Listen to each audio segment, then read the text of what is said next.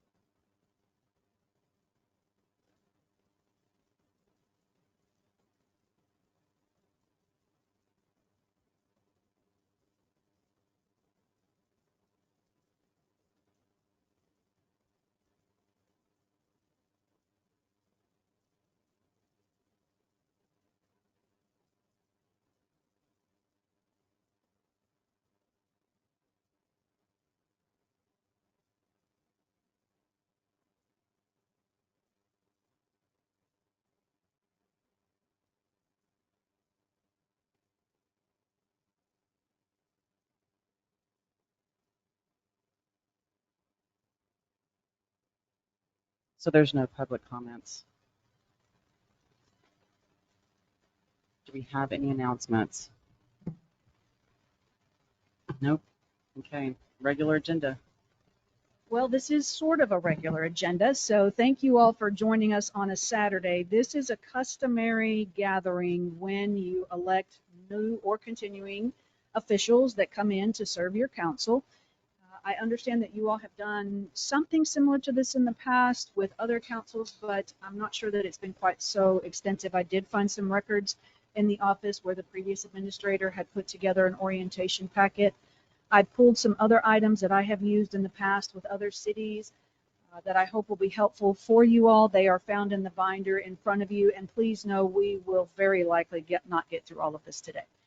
Much of what you have in front of you is meant to be a resource as you go through your time while you're on council. You'll probably come back to it from time to time. You will probably use some of it to ask your city attorney some questions as you are learning and growing in your role and serving both the city and the residents of Rome. It's a lot, but it is fairly well organized. There's a table of contents in the front that talks about a variety of things. The packet is also on the web so people can take a look at it. We will try and get the presentation posted so that we can also have that available for folks who'd like to see it, and know that we will take breaks as needed. Mr. Shoemake is unable to be with us today. He had a family emergency that he had to tend to at the last minute. Mr. Johnson, I'm not sure, he may be engaged in another issue, and I believe Ms. Mitchell is scheduled a trash pickup for today. So they're doing that as part of community service. So it's just the three of you, but that is enough for quorum. I have two brand new council members in front of me, and I have one that is returning. So I hope that some of this information will be new to all of you. It is also meant to be an open workshop. Public is welcome. As you see, we do have 3 members in attendance today, which is great on a Saturday. Often we do not have any at an orientation because it can be a little specific for your role as a council member and what you are going to set out to do. But as a workshop, it is meant to be interactive.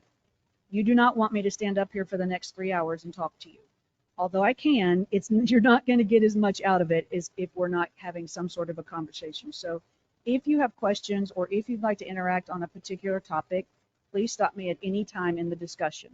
Shayna's here as city secretary to take the minutes because as this is an officially posted agenda, we are required to do so. I also have your 3 other department heads in the back of the room to answer any questions that you have on particular issues. In addition, it's very important for them to attend to hear directly from council your concerns, your thoughts, your feedback, the things that are interesting to you as you go along, because it helps them make better decisions as they're serving the community.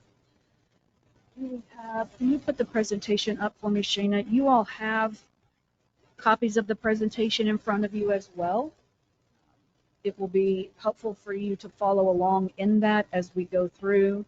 But the main takeaways for today are basically to get an overview of what the organization for the City of Rome is about, how we're structured, how we go about our day-to-day operations, what the governance role is. We'll take a little bit of a time to spend on the responsibilities of mayor and council members so that you all will have a good understanding of the breadth of your service and what it means to be a council member.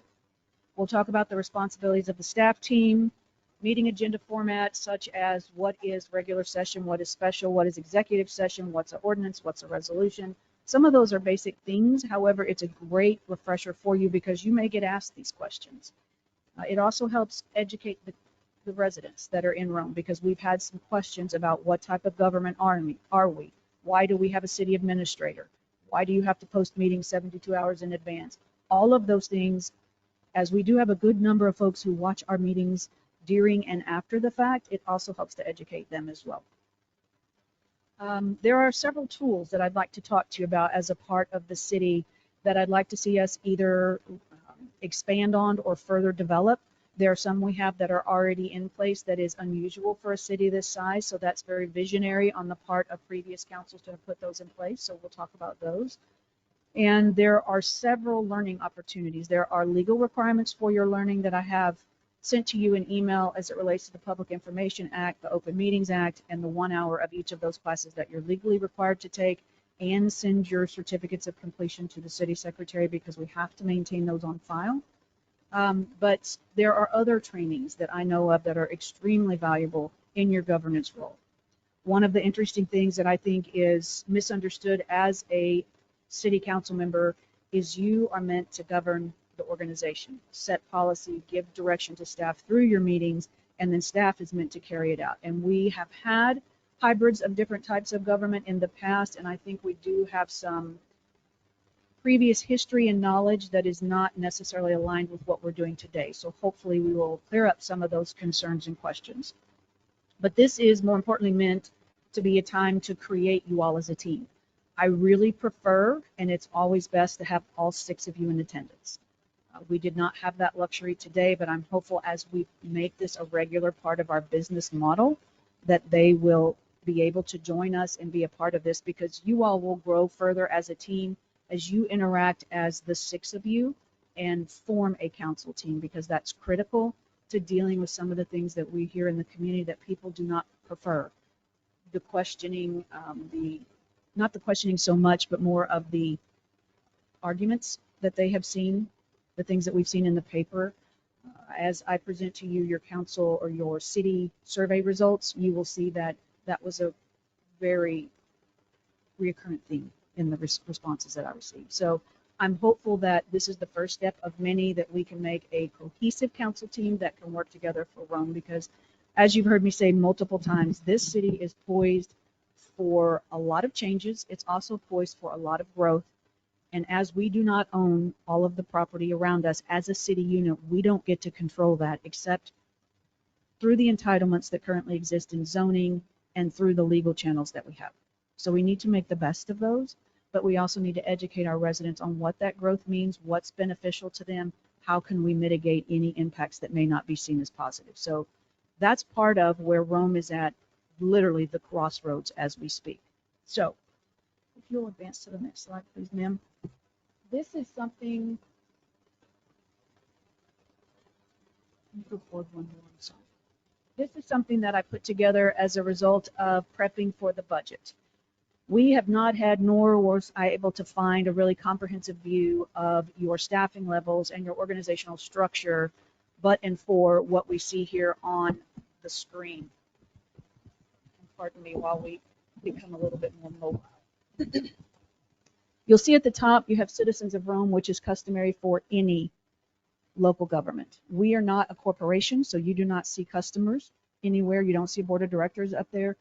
You all, as mayor and council, work for the citizens and the residents of Rome, both business, both daytime, both nighttime. You do have several different populations that you need to be aware of.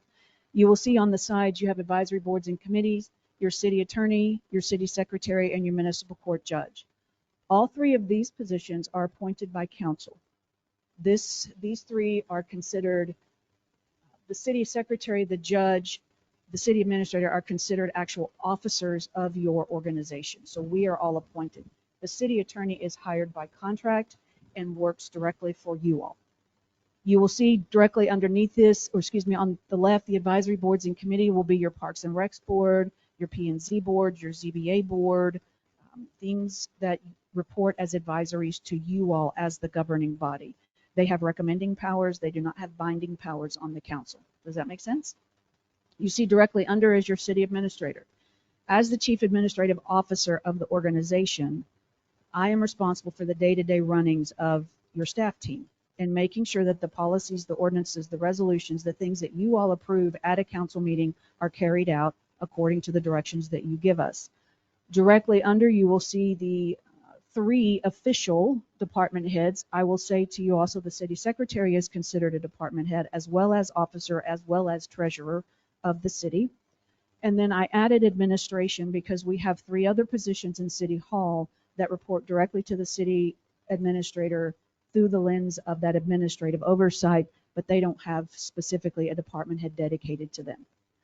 You will see under that, this is the general layout of the police department. I have not had Chief Debus review this yet because we were kind of under a timeline. However, we will make changes to this as needed between now and the budget. You will see you have Public Works as it relates to wastewater operator, crew leader. This is where Jesse used to spend his time. He is now the director. This is Chris's position, and this is the position that Craig had served in, and it's my understanding that Craig may be moving to the wastewater operator position. So you know how your team is structured. This is your fire and EMS chief and department. You have an assistant fire chief. You have 1 full-time firefighter as of now. We have part-time firefighters that we discussed with council recently about the need that we had to move them from 1099s to W-2s. So we show them as quasi-employees of the organization. And then you have the volunteers, which Chief Estes manages all of that through that lens. One of the things that I think will be helpful to us as we put this in our budget document is it does serve as a good communication tool for your residents, for your businesses, and for those coming to. Now, one thing you need to be mindful of, this is not all of the approved positions. You have a couple of other approved positions in your organization that are not funded. Example of that would be a code enforcement officer, which at some point I will want to talk to you all about how we can go about enforcing codes in a more effective manner and more consistent manner, either through a dedicated employee or a part-time employee, because we do have several areas that could be addressed in a more consistent manner. So you don't see that on here. There was also a part-time permitting clerk that you see was folded up underneath utility billing. As utility billing continues to grow and as we have more residents move in, for example, if Prairie Point kicks off and we end up with another 300 acres of development in residential, one person is not going to be able to handle utility billing and permitting in one position. So you still have a part-time permitting position in your chart of positions themselves. You just have it as vacant. Does that make sense? So as we go through, we will continue to add to this and show those positions that have been approved but are not currently funded in the budget. Can the 3 of you think of any others that I might have missed that are in there? Shayna? We used to have a Public Works Administration person.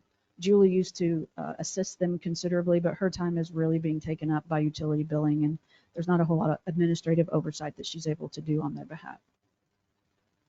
Okay?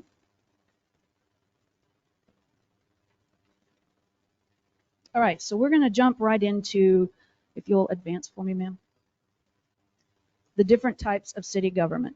This is something that I have heard since I have been in Rome, that people are a little confused as to what we are and how we operate. And you will see that you have a type A general law, which is the majority of cities in the state of Texas that are under 5,000 in population. You also have a type B and C, and then you have a home rule. When you think of this through the lens of the roles, there's not a considerable amount of difference other than where you receive your authority, from the state or from your own home rule charter. So we'll talk through this as we go through, but Rome is a type A general law city, as most of you probably know. We have a city council. It has a mayor and 5 council members. You can also set that up as a mayor with 2 members per ward. We do not have that structure. We allow for a place system, place 1 through 5. The mayor does not vote except in the case of a tie, which, since there's 5 of you as council, if you're all in attendance, unless someone abstains, that's usually not going to occur. However, if there's 4 of you, then we may have that issue. And each of you serve 2-year staggered terms. The reason that we staggered the terms, as you all can imagine, is we don't have a mass exodus of council members at one time or elected officials through the mayor's role.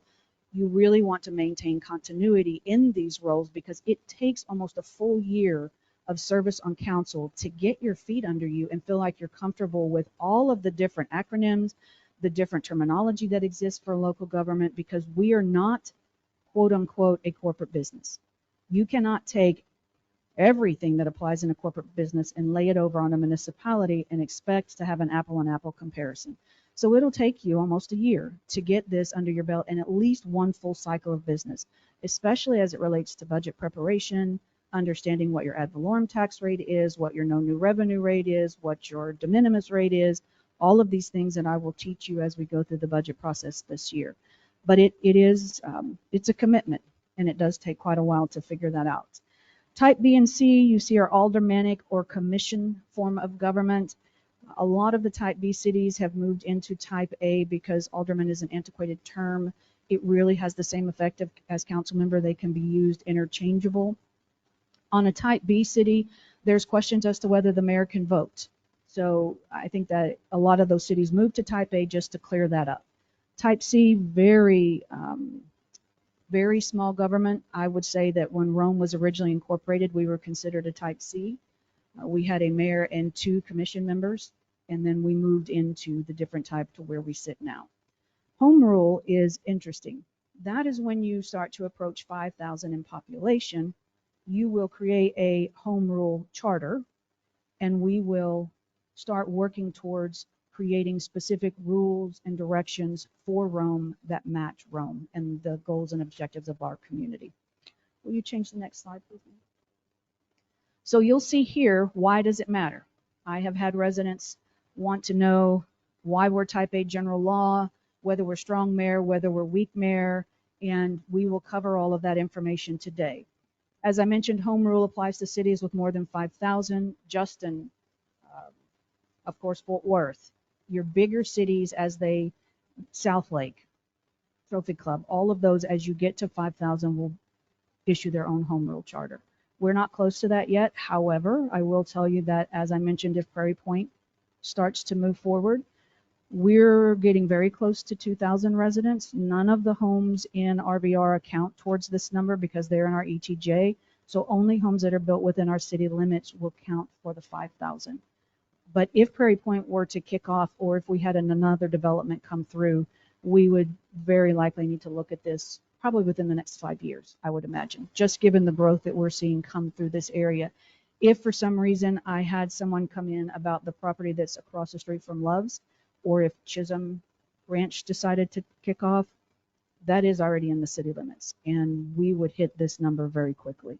At that point, council would establish a charter committee. They would likely review several different charters from different cities and pick out what makes sense for us.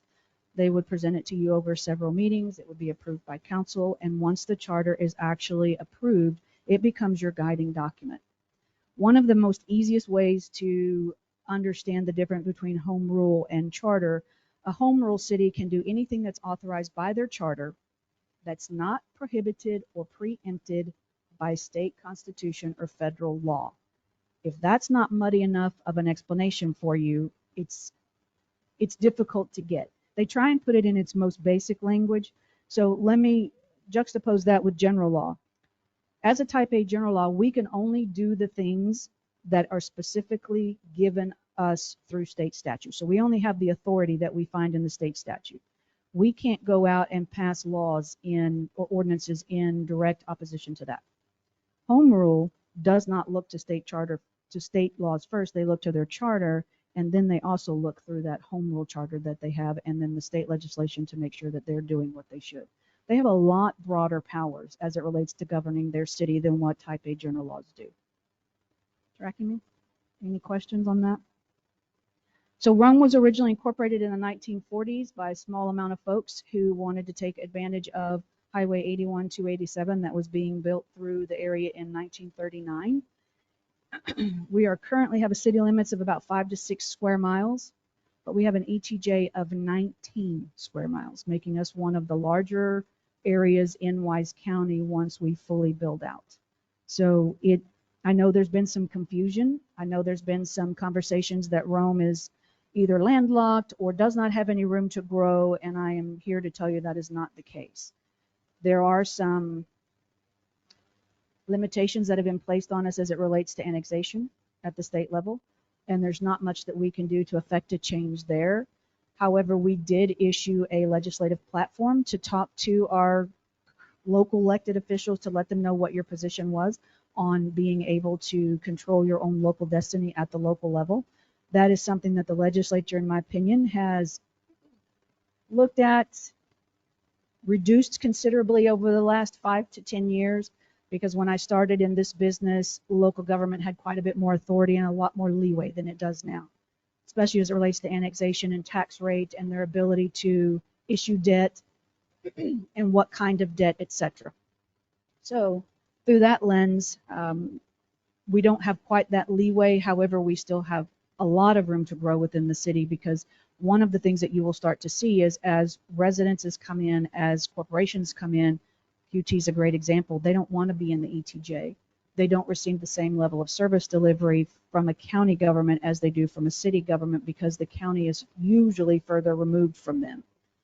Now, not necessarily in Decatur because they're in the county seat, but for Rome, it would take a bit of time for the sheriff's deputies or EMS to get to us if we solely relied on county services.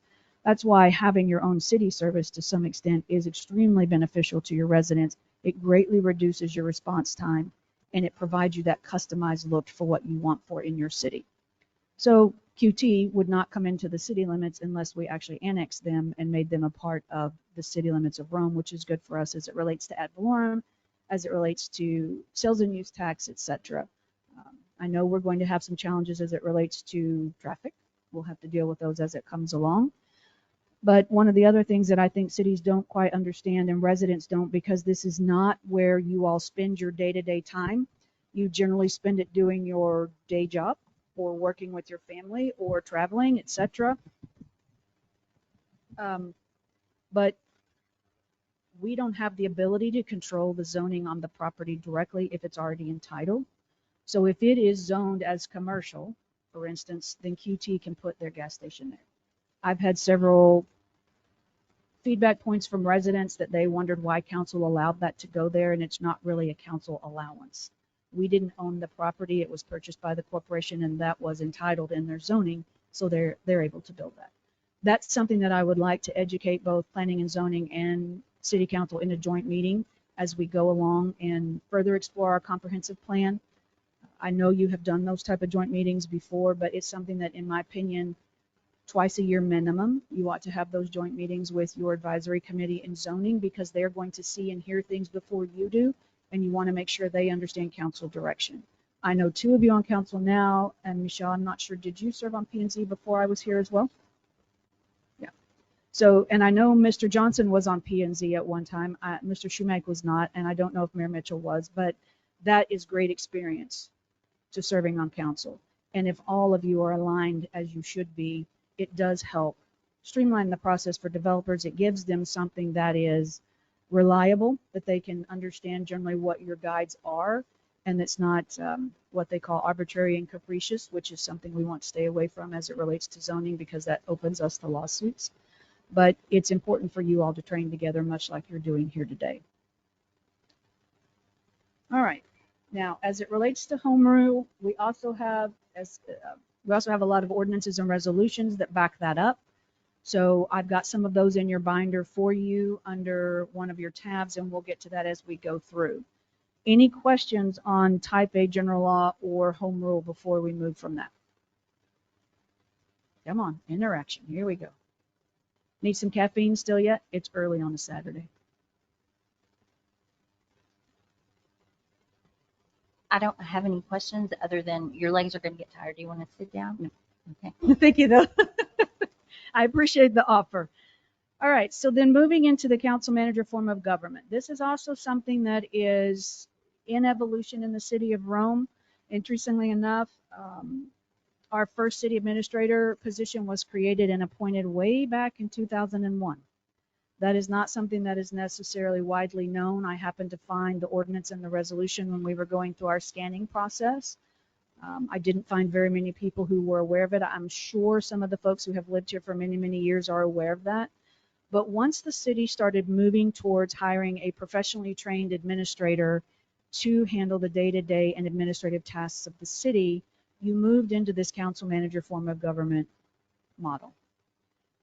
I know in the past we've had some vacancies in that position where the mayor has stepped in and been very integral in the day-to-day running. I believe Mayor DeCredico did something along those lines, and I'm sure you had previous mayors before that. And I think that's where we get some of the confusion as to whether Rhome is truly council manager or council administrator. Is it weak mayor? Is it strong mayor? What does the mayor do? What are the roles of the council members? And I'm hopeful that as we go through this conversation today that it will clear up some of that, and you all will give me some guidance if you would like to see anything officially changed. So you will see that in your comprehensive plan, which is also one of those tools that we'll discuss as the day goes on, when they came in 2019, early 2019, and they started prepping that comp plan, they did quite a bit of interaction with council, P&Z, your community members. And this statement at the top of this slide, which I do not intend to read to you, is straight out of your comp plan. It identifies that Rhome uses the council manager form of government to administer day-to-day activities and handle your staff oversight, your budget implementation on behalf of your city. Council manager form of governments are used extensively in the United States. Most of your large cities in Texas, with the exception of Houston, use the council manager form of government. Generally, and I have provided you some information in your book about this, just a brief amount, you generally look to hire someone who is professionally trained. They often have a master's degree in public administration. They may be a credentialed manager. They may have a considerable amount of on-the-job experience, which takes the place of either one or both of those. And it is very beneficial on behalf of municipality to have someone with that skill set, regardless of who the person is, who can negotiate on behalf of the city each and every day with developers who come in. I know in the past month, I have probably talked with a half a dozen different developers. I've also spoken to your city attorney about various developments that may come our direction. The Walnut Creek negotiations is a perfect example of how the city administrator role served you well in making sure that we got that contract signed, because that is the city manager's day job, for lack of a better term. You all are part-time council members, as is the mayor, and this is not what you get paid to do day in and day out. So by having dedicated staff, when your city starts to grow, that is helpful to have that person in place generally Monday through Friday and available on the weekends for emergencies. For instance, when we had recent previous council members' house catch a fire, I went and visited and made sure that there was nothing that we could do. So we act also as a representative for council in the event you all are not able to be in that role. Okay. So economic development, municipal budgeting, communications with the public, preparing and administering budget documents, calculating your tax rate, taking a look at your truth in taxation form, working with the county on what your tax base is and how it's growing, and analyzing the financial strength of your government are all skills that the previous city administrators have or did bring to your community. Back in 2001, as I mentioned, they up until then had a strong mayor form of government, and they hired an individual to serve as city administrator who, interestingly enough, also served in a dual role as chief of police. And in the contract that I found for the individual, there was a provision made if they didn't want to be city administrator anymore, they could go back to being the chief of police. So that's not an unusual configuration in small cities, because you don't have the large depth in your team. As you saw in your org chart, we don't have 100 employees. We have 18 full-time, and then we have auxiliary in part-time or volunteer firefighters, or in those who are volunteering in the police department. And so you don't have a long bench to draw from. So you may have to use someone in a different role in different times. In 2018, you hired your second city administrator, Mr. Joe Ashton. In 2020 was your third, that was Ms. Northrup. And then in 2022, I came on board on December the 12th. So that brings you up to date kind of on how your history on how this has evolved. In a strong mayor form of government, the mayor actually hires and fires all the department heads. They prepare the budget themselves. They work on the truth and taxation role for it. They look at your finances and report out to council. They have direct administrative oversight over day to day. So if staff need time off or if they need to take vacation, that would have been a role that the mayor would have approved and taken a look at those requests. They would have also made staffing recommendations to you all the things that generally a city administrator handles. With the move to a city administrator position, your mayor then became a weak mayor position. That often has negative connotations just because of the word weak in front of it, but I like to see it as if they just shifted to a different role. So mayors in that type of a form of government will generally serve as the ceremonial representative for council, often serves as the spokesperson for council and the community at a variety of events, be it at the county level, with other cities, with your state representatives and legislatures, etc. So it generally shifts into that type of a role. They do all the ribbon cuttings, they welcome the businesses, they help to strengthen those relationships with the businesses, because generally the city manager is dealing with the day-to-day, and that is a very advantageous role for the mayors to take on, to augment that, especially since the mayor role is part-time. And I would actually say less than part-time, because you all are not putting in 20 hours a week at this job generally. As I mentioned, there are several of these used across the United States. Over 3,500 cities use the council manager form of government. So it is very strongly supported. It has quite a bit of training that goes along with it and credentialing, which is very beneficial. So hopefully that will help to clear up some of the questions that we have had. If you will go to the next slide, please, ma'am, I will give an overview of how we use this. So council manager, the voters elect you all as their elected officials to serve in the legislative role. Your elected officials then hire the city manager, and as city manager, I report to all 6 of you as the council. So I effectively have 6 bosses. It's very important for council to speak with one voice, because if I'm getting 6 different directives that are independent, I don't have the ability to implement all of those, because often they'll be conflicting. I take my direction from you all at meetings just like this. So if there's an agenda item on the posting for you to consider, and you all say, okay, we've approved ordinance X, Y, and Z, this means you need to go do this, then I need to get that executed through the staff roles, and I am accountable to you all for whether or not that was done appropriately. See what I'm saying?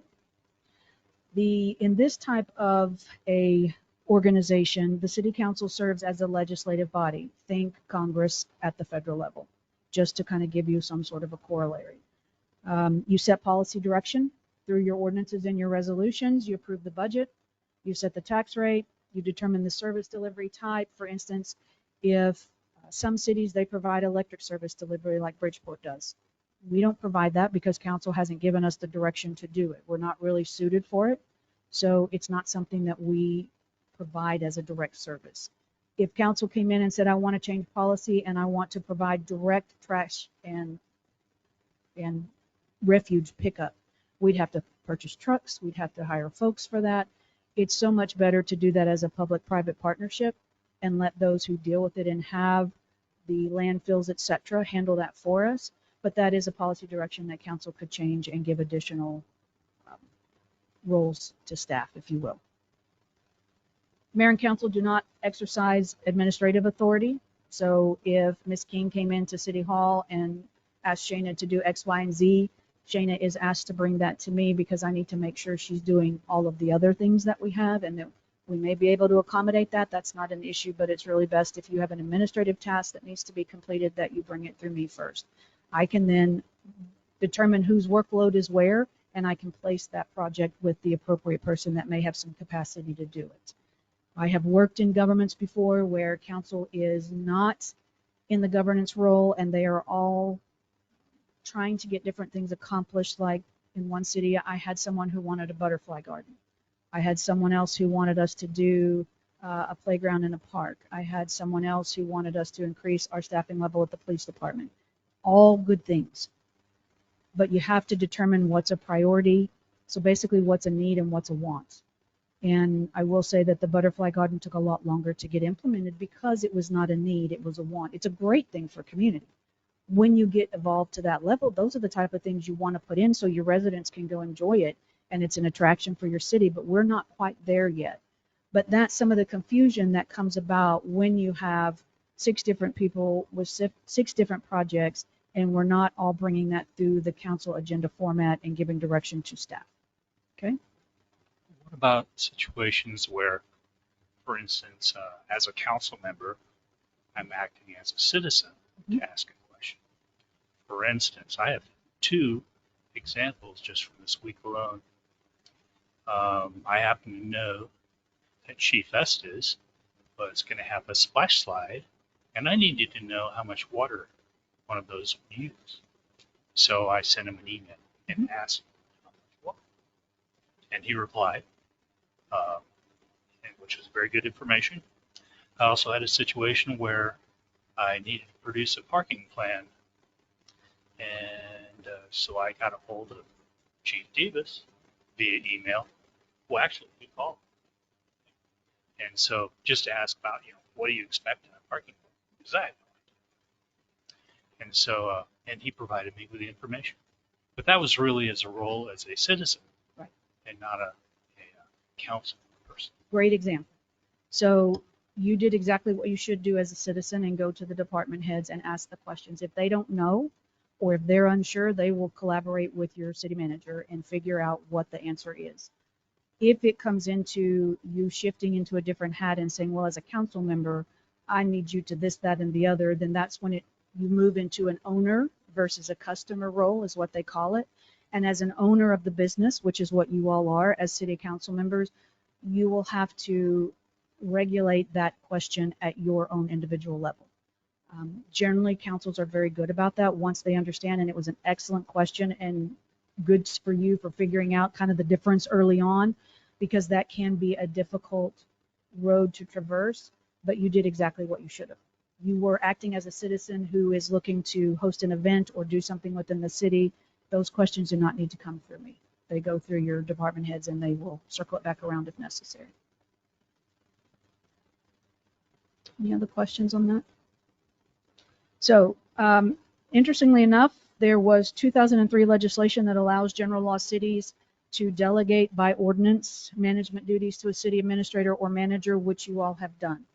A good portion of that was cleaned up in the last vote of the ordinance that I brought to you, delineating the roles and changing some things as it related to who department heads needed to be, to understand they were responsible for, who appointed, who removed department heads.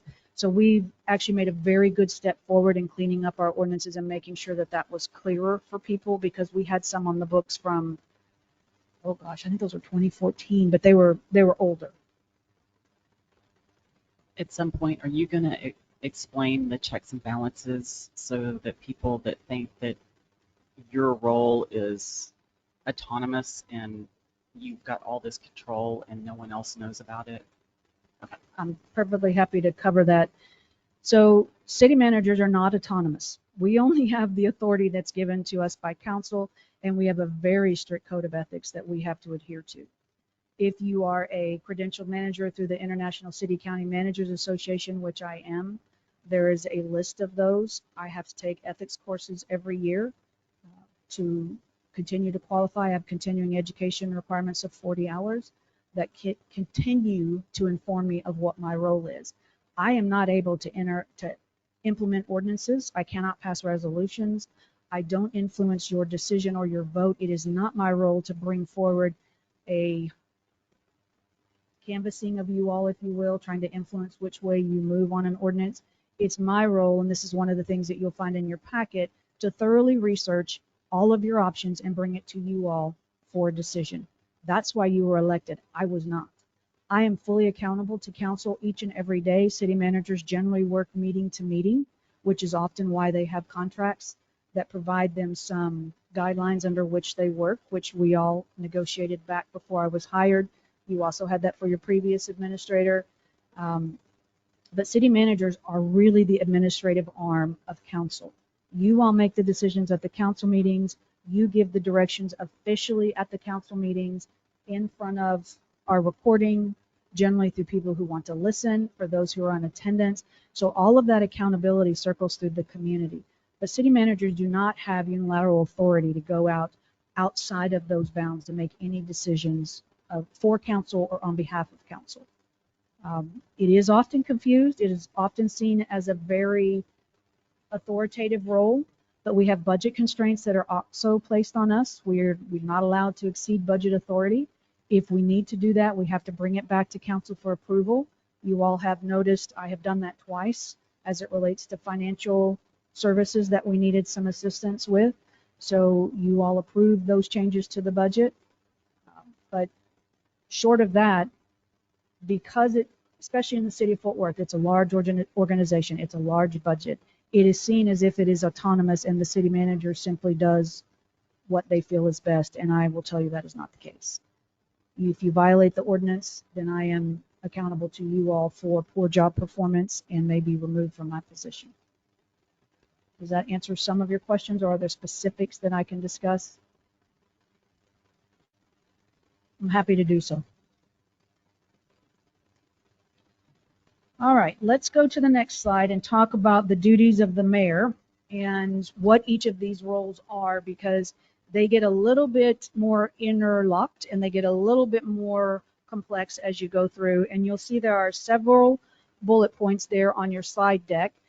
This is just a very high level view. I would very much encourage you all to look at the handbook that I put in your binder.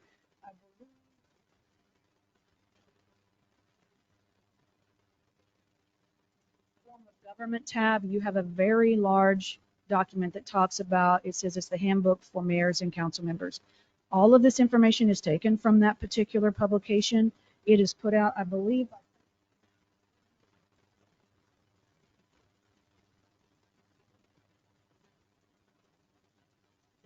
Texas Municipal League is an excellent resource for you all as council members. They have a lot of documents, publications, videos, training available to you all. They also have an annual conference, which we'll talk about more in detail as we get towards the end of the presentation. But that particular document is 80 some odd pages, and it is very much filled with information that would be beneficial to you. So whatever you see here on your slide deck or that we're going to discuss today came directly from that. There are obligations that the mayor has to ensure laws and ordinances are carried out on behalf of the city. The mayor also has additional powers in the event that a riot or an unlawful assembly takes place within the city in order to keep the peace. They may close certain public places. I don't foresee that happening in Rome, but if you think about some of your larger cities like Fort Worth, Houston, Dallas, those events would likely take place. The mayor can also summon the police out or call the National Guard in extreme situations. I've never worked for a city where that has occurred, but I can see that that would happen. For instance, in the city of Perrytown that recently had the tornado that went through and they lost residents and they had a tremendous amount of damage. I'm quite sure that that mayor probably looked at that option for their city. Mayor also serves in ceremonial roles, as we discussed. If you'll recall, the mayor recently went to one of our dinners at the county Chamber of Commerce, if you will. I believe it was called the Mayor's Dinner. Any of you remember exactly what the title was? But all the mayors from Wise County came and they presented an overview of what was going on in their community. So that is representing you all at that event on behalf of the city. You can, as I mentioned, find a considerable amount more information in your handbook. In type A and B cities, interestingly enough, mayors and council members may be paid a fixed amount for their service. I have not ever worked for a city that has actually paid people to serve on council. It's always been more of a servant leadership type role and on behalf of the community. But I will tell you that in some of your bigger cities, Fort Worth, I believe, they do pay their council members. Mayors generally work very closely with the city manager as well, as it relates to day-to-day just interactions, keeping each other abreast of what's going on in the community. One of the other things that I also try and do with our mayor as well as with you all, if we have a major event in the city like a fire or a death or a major accident that's going to close down the road, I often will call each of you individually and try and reach you to let you know. Because we are a small community, you will get calls from your neighbors.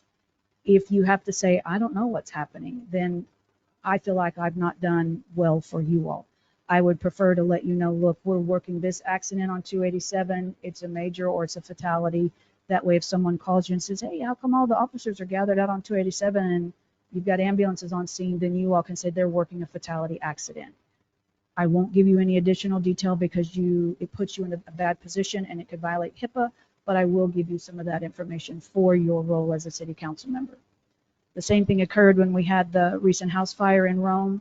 I called all of you who were not already there or were not aware of it, and I kept you updated through the evening because I know that you will receive those type of inquiries from our citizenry.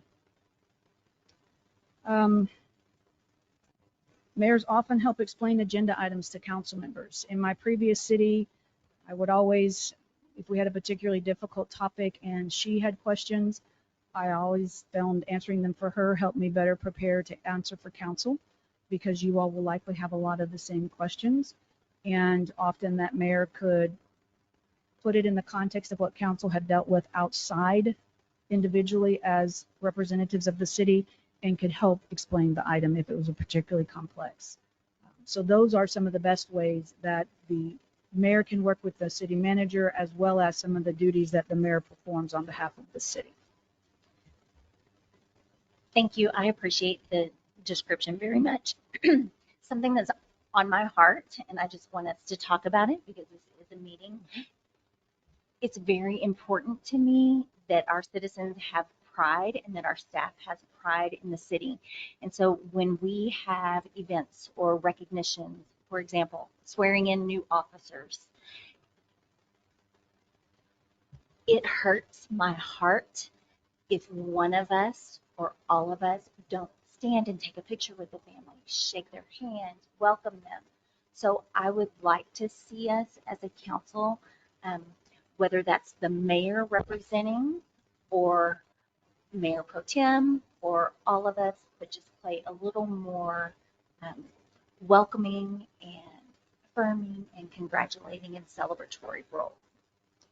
That's a great point. In most cities that I have served, the mayor and council will stand up in that event and they will be a part of a photo for not only the city, but for the family, because it is an important event in that employee's life. The same thing when you have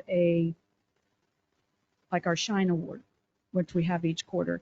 That would be another good way for the council and the staff teams, or the council and the city representatives, to be seen as working hand in hand. That is something that's very important to me, that I would like to see us evolve as we go through this process. I'd also like to have pictures of all of my council that I can put on the website. And that's not abnormal either.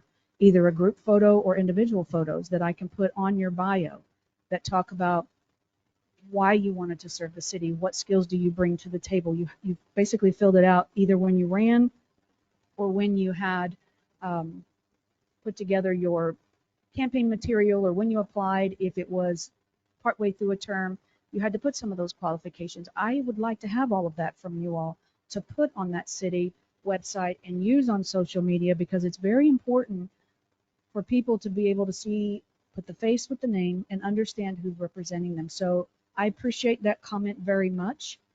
That's something that I'd like to see us continue to develop, because I think it will help strengthen the ties, not only for you all as council, but with staff and with the community, which is one of my top priorities over the next bit of time. Any thoughts on that?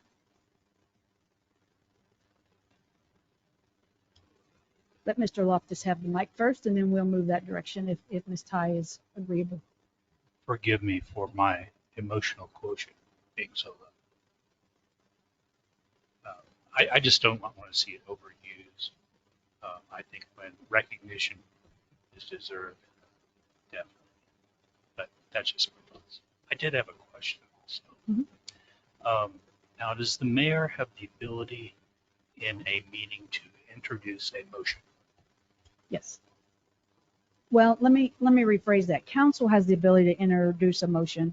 I'd have to go back and look at the handbook and see if the mayor has that option, because she doesn't vote, except in the event of a tie. And I don't know that answer. I think Ms. Eason had a question, if you want to open it up.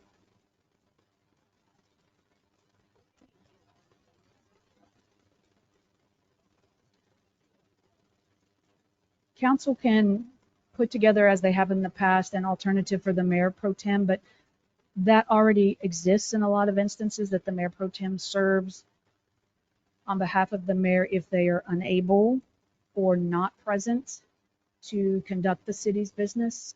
I think we have taken it to another step and we've passed an ordinance because it's just been unique circumstances for Rome. As far as removal, if that's the question you're asking, that doesn't, right, right. That's when the mayor pro tem steps in. Yeah, you're welcome. Any other questions before we move on to the mayor pro tem's role? Okay, I want to get through this and then I'd like to take a little 5-minute break if you're interested. If you're not, we'll keep going. It will have been an hour worth of presentation and you all will determine the pace of that. I can keep going for a little bit of time. We may or may not finish early since we didn't plan for the whole day. I don't have a lot of examples to delve into with you and we're not spending a lot of time on governance, which is generally where we spend a good bulk of our time. So after this presentation, we'll make the decision as to whether you want to break or not. So duties of the mayor pro tem are considerably smaller than what we had on the previous slide for the mayor. A lot of that is due to the fact that the mayor pro tem is also a sitting council member. This position is elected on an annual basis, generally at the first meeting after you all are sworn in or at the meeting that you are sworn in, because that person serves as stated in the backup role for the mayor in a variety of duties. In our case, Rome has used the mayor pro tem at ceremonial events as well as to run meetings, which is absolutely normal in any city. We have also had the mayor pro tem sign documents routinely. Usually that's only in the event of vacation or absence, but we have made some additional provisions. And in their role as mayor pro tem, they should also work very closely with the city manager and the team to understand the day-to-day challenges so that they're prepared to help council or to discuss things at a meeting, especially if they have to step in if the mayor's absent and they're running the meeting, much as what we have done today. Mayor pro tems have always been almost a right arm of a mayor, and they've worked closely with the mayor as well. And so that's something that is beneficial on behalf of the local government to kind of keep continuity amongst the board and to keep things moving along. Other than that, there's not a whole lot of official records for the mayor pro tem. Even when they're serving in the role of mayor, the mayor pro tem is allowed to vote on items and continues to be a part of the larger city council team. Questions on that? Okay, y'all are a great team to teach. Not many questions. Either you know it all or you've been through it all. The duties of council members is a little bit more lengthy. Are you wanting a break or are you wanting to continue? What's your preference? Do you need a break? I could use one. Okay. Yes. Okay, thank you.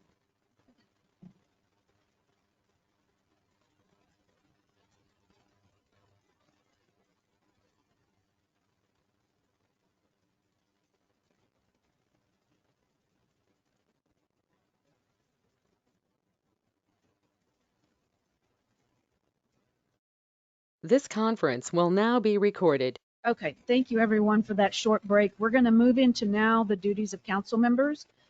You will see a list there on your slide deck as it relates to the fact that you all, as I mentioned, are legislators and policy makers. You have regulatory authority as well over property, which we'll go into some of the examples of that. You have full parliamentary privileges, right to speak, make motions, introduce, amend ordinances, and that goes, Mr. Loftus, to one of your questions earlier that we'll need to get clarification on in the mayoral role. You also review and approve the annual budget and set that tax rate, which is kind of interesting to me, as you'll find when you go through this process. We do it out of order, in my opinion. You set the tax rate first, then you adopt the budget. And if you don't set the tax rate at the level that's recommended, if a different decision is made, and I have presented you all with a budget based on the other tax rate, I'm never real sure how you go about amending that after the fact. So most cities have budget workshops and we'll talk about this some as we get into the rest of the morning, where you all are fully informed about the reasons why and have generally talked with the administrator manager to make that decision so that when you actually come down to the vote, we are clear on what our priorities are for that budget year. But that's just a little idiosyncrasy in the state law that you adopt the rate first, then you adopt the budget. So, little trivia piece for you. You also approve those policies, as I mentioned, through your resolutions and ordinance that guide the work of staff teams each day. You will recall that when we brought forward some of those ordinance changes where we clarified these roles, we then had to go back and change the personnel manual because the policies you pass directly affect what we do in day-to-day administration.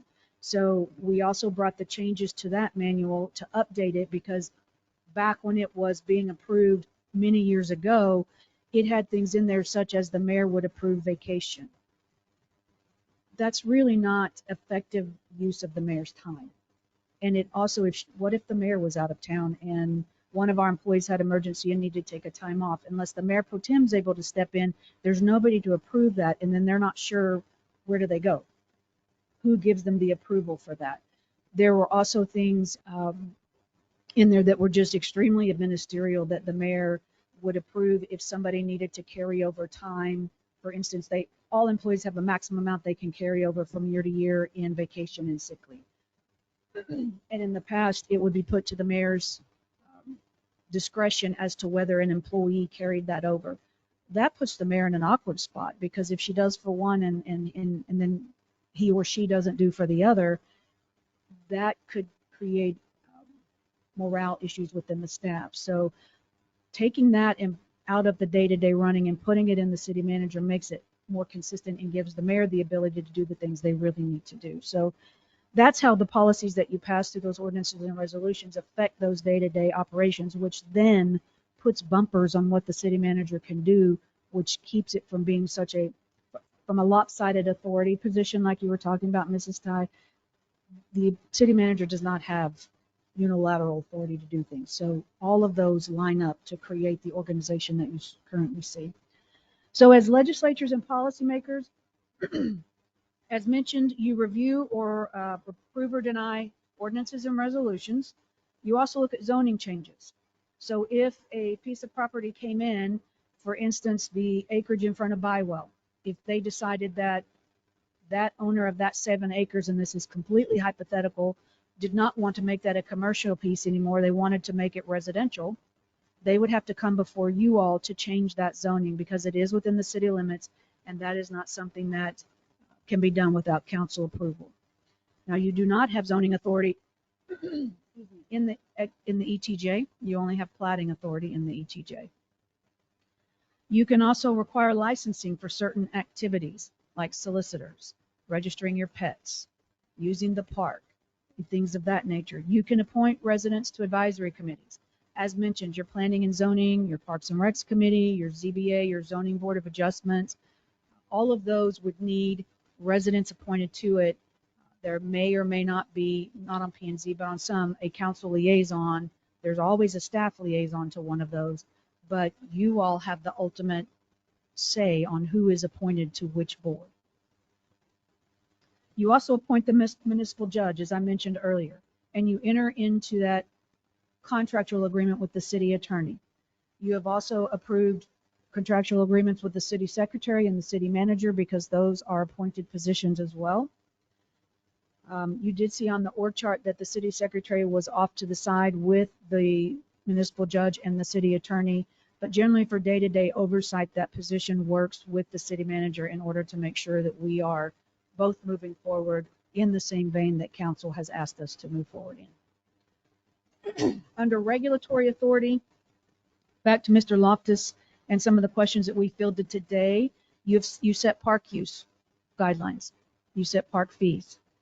You also set ordinances against weed violations, for instance, tall grass, or ordinance violations. For instance, I have heard from a resident about a property on Main that has furniture out in front of it and has had furniture in front of it for a while. Those are the kind of things in your regulatory authority that you guide how we apply and how we interact with residents in enforcing those codes and helping to clean up the community. I've also heard from residents that there is some concern about the back of the commercial facility on the corner of 287 and 3433 or Main going through there, that it's peeling and it's unsightly and it's an entry point to the community. That's something that I want to talk to you all as well as how we can either leverage some funds through grants, or can we work with that business owner to potentially have something painted on the back of it that may be a mural, that may just paint it in general so that it looks more like it's being upkept. Those are the type of regulatory authorities that you have. Say that 4 times fast. Also, licensing for pets is another one. A lot of cities have gone to that so that they can help keep track of if someone's pet gets out and they are able to get it back to them. On the next slide, you will see that we get into some of the financial authority that you all have. This is one of the more, I don't want to say contentious, but one of the more interesting topics for our residents, because what you decide on the tax rate often will affect them personally in their home. If you were to raise or lower the tax rate based on the value of their home, they may or may not pay more or pay less for their mortgage if they have it financed or if they're paying taxes, etc. You also assess fees for water and sewer usage. I know that we've had some growing pains in water and sewer fees. I will tell you that a good portion of that is a direct result that we have not paid attention or given concerted effort to seeing how we grow that incrementally. It is never good for a city to leave your rates at one level for a considerable period of time and then make a large move in your rate.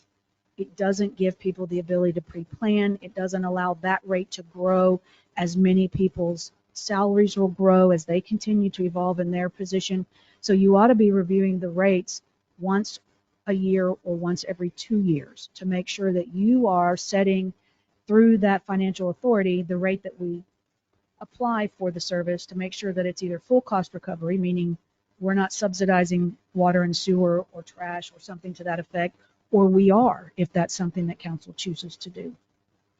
We have also, we've got infrastructure needs that we are going to have to address through the budget process. We've talked about that briefly off and on. Jesse's working on an analysis to bring to you as to kind of that list, and we'll rank them in what we think is priority order, and we'll present them to you all for your feedback and re-ranking if that is what you decide. But those are some things that we're going to have to make some hard decisions and address within the next 6 months, a plan forward in some form or fashion. You also sell bonds. You all know that this city has had bonds that have been put forward that have been denied a few times, and you've had bonds that have been put forward that have been approved. We do not have, contrary to some of the information that has been circulated, a large amount of debt for the city of Rome. I will promise you. I have had 30 years in municipal government, much of it in administration and management. You do not have a lot of debt. I promise. The city of Boyd is probably 4 times what we have, and they are doing a very good job of being proactive and planning for the future. That is the type of work and the decisions that we have to make on behalf of our residents, so we never have to say, well, I'm sorry, but we don't have sewer service or water service for you. We have elderly pipes in some areas that need to be dealt with. We'll get into that as we talk about the budget, but that's some of the hard decisions as council that you all make. Another role that city council members play that's often overlooked, and you've heard talked about at this meeting and probably seen on social media, is you all serve as an employer for the area. Depending upon the size of your local government, you may be a major employer of the area. If you think about your South Lakes, your Dallas, your Dentons, those are major employers. Even in Decatur and Bridgeport, they have a large staff relative to some of the other businesses in their area. As an employer, you have obligations to your staff team. It's an often misunderstood role. No city government, in my opinion, ought to be working in a Taj Mahal building.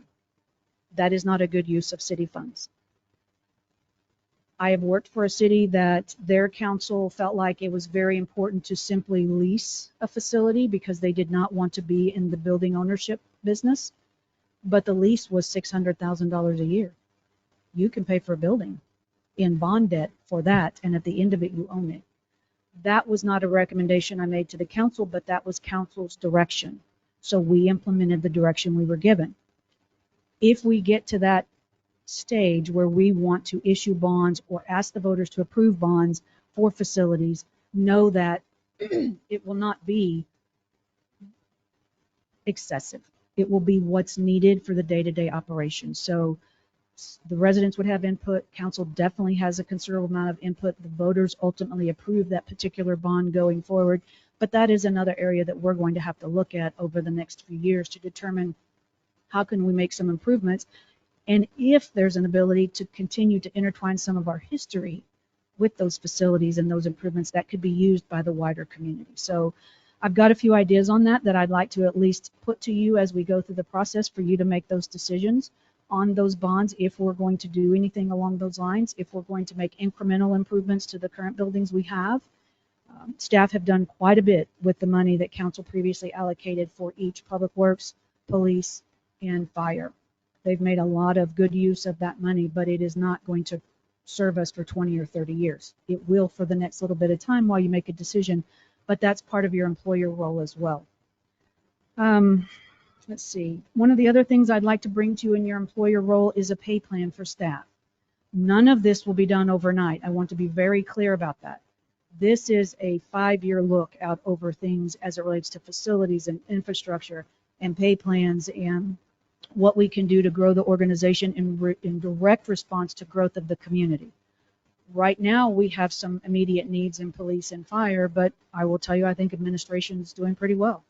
If we have, as I mentioned, Prairie Point kickoff, and we end up with another 200 homes when we currently have about 575 single families on the ground, then we may have to make some decisions, but you'll have the corresponding revenue to support those expenses. And that's always something we have to look at. So it's a wide palette of colors that council members employ each and every time they meet. Often you're thinking about it when you're out in the community and you see a variety of things that you wonder about. Often you think about it as you are just reading and preparing for your agenda. Know that as city manager, administrator, I am here for you for any of those questions. And then we can place it on an agenda to be talked about by the wider council if that's something that you all are interested in. And as it relates to interactions with the city manager, administrator, council should also work very closely with that position regardless of who's in it. If you have direct questions about a particular issue that you want to research, my door is open for you to come in and sit down and talk with me about what I know, because it might help you. That's absolutely allowable. If there's a topic that comes up that I think is important, that I know all of you may need, if, for instance, Mrs. Ty asks a question about something that's relevant that I think would inform all of you, I will send it to all of you. You are not to reply to it, as it states on our email, because we don't want to violate open meetings. But if I am pushing it out to you and you are all getting it, we do not discuss it by text, we do not discuss it by email. We then put it on an agenda to be discussed in an open meeting so we don't inadvertently violate that. Make sense? All right, any questions before we move off of duties of council member? Okay, on to the next topic of conversation. As I was preparing for this retreat, I found this article from Municipal World, which is something that a gentleman named George Cuff writes a considerable amount of articles for.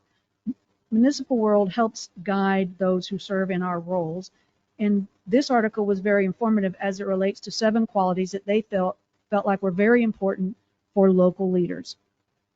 You'll see the first one there is relationship builder.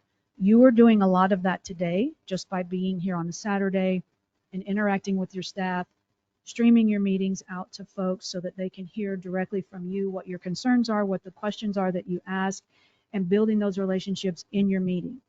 Equally as important are the interactions that you have outside the meeting one-on-one with residents.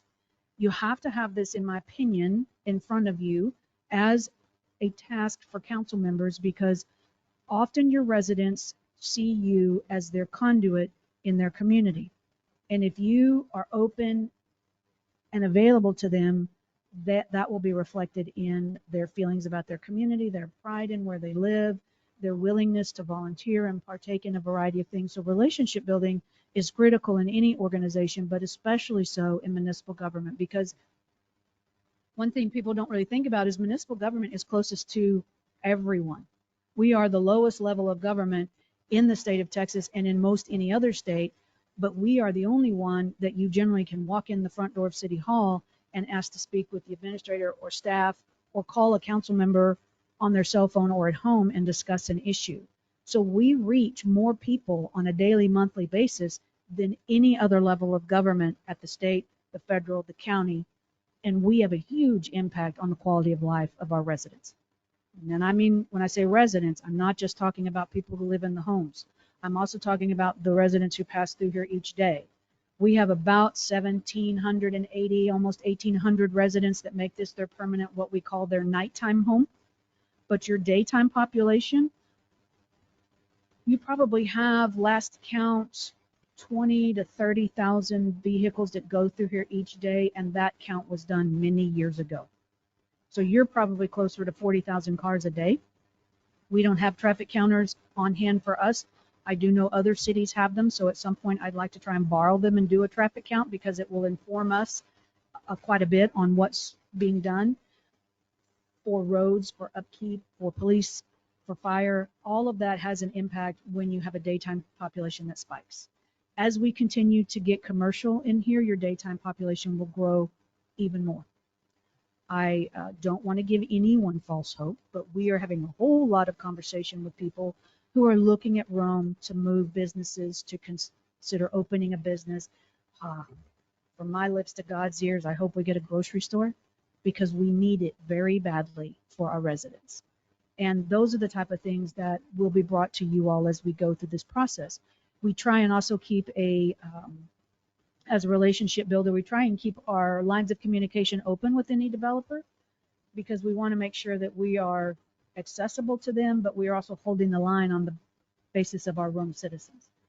We want to negotiate, but we don't want to over negotiate, because there's a role that developers play. They are going to make money on their development, and we don't want to give away something that would later benefit our city. So that's very important. But through that lens of relationship builder, you move into the role of team player. You all are forming some of your team today by being here on a Saturday and giving up these 3 hours and forming this discussion. The questions you all ask of me or each other helps you create that time, so that when you come together later, you have a friendship, you have a platform on which to draw from. You may not always agree. I would expect that. But the important part of being a team player on council is, even if you don't agree, you have to speak with one voice once the decision's made. Going out in the community and saying, well, this is what council voted, or this is what so-and-so wanted, but I didn't support it, tears apart the fabric of your community. There are different ways to do it, and say, I might have preferred this, but council decided, and this is what we're going to support, and this is how we're moving forward. I tell you this because of the experience that I've had in other cities, and the way I have watched this break apart governing boards and communities our size. It's very important that you function with one voice and one team once your decisions are made. Questions on that? Okay, the next one is emotionally mature, and it's a poor choice of words in my opinion, but you will have people when you serve on council who are disappointed in you, or are upset with the decision that was made. It's important for you as individuals, because often people will forget as a council member that you're a person, and they may say things to you that they wouldn't normally say to you, and it doesn't feel good. I will tell you that happens at the staff level as well, and one of the things I have always guided my staff team on is consider where they're coming from at the base and take the emotion out of it, because you have to understand that something has happened in their world that has upset them, and they don't feel like they have any input, any influence on the decision, much like we talked about in the larger cities of Fort Worth. If you are an everyday resident, it's not as easy to get your opinion out and have somebody hear you. That's the blessing of being in a community our size at the moment, and we want to hold on to that as long as we can. We want to make sure that we've preserved our history, and that we are being mindful of the direction of the community to the best of our ability. But the decisions you sometimes make will not agree with those who live in Rome or do business in Rome. But as part of your role here on council, it's very important that you make those hard decisions through the lens of an owner and not as an end user. You have to make the decisions of what's best for the city long term, not what your individual topic is at the moment. And that is something that it's not unimportant, but it has to be folded into the greater fabric of the city. You also have to be approachable. Having people know that you're listening to them and are willing to try and circle things back around is very critical to building that level of trust or rebuilding it. I have witnessed in my 6 months that we've had some social media posts that could be better, that are kinder, more curious, and not accusatory. I would like to see us get there, but if we're not seen as approachable and willing to answer the questions that are frustrating people, this will continue.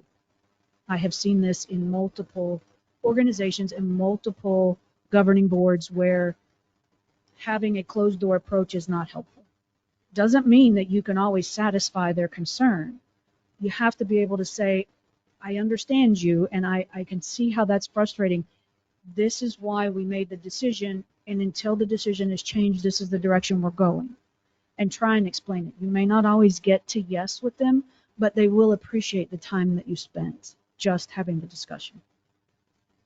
Back to some of the question that we had earlier, as a council member, you are an owner of this company, quote unquote. You have to make decisions as it relates to employment levels, pay levels, insurance levels, decisions on tax rate, approval of budget, zoning changes, whether we're going to have an animal licensing fee, whether we're going to enforce codes, whether we're going to enforce speed limits. That's all part of being an owner of the city of Rome as a council member. Does that make sense? When you are a customer and you are the one getting stopped for the speeding ticket, you may have a different feel about that than when you are the owner making the decision, but it has to be applied uniformly across the board.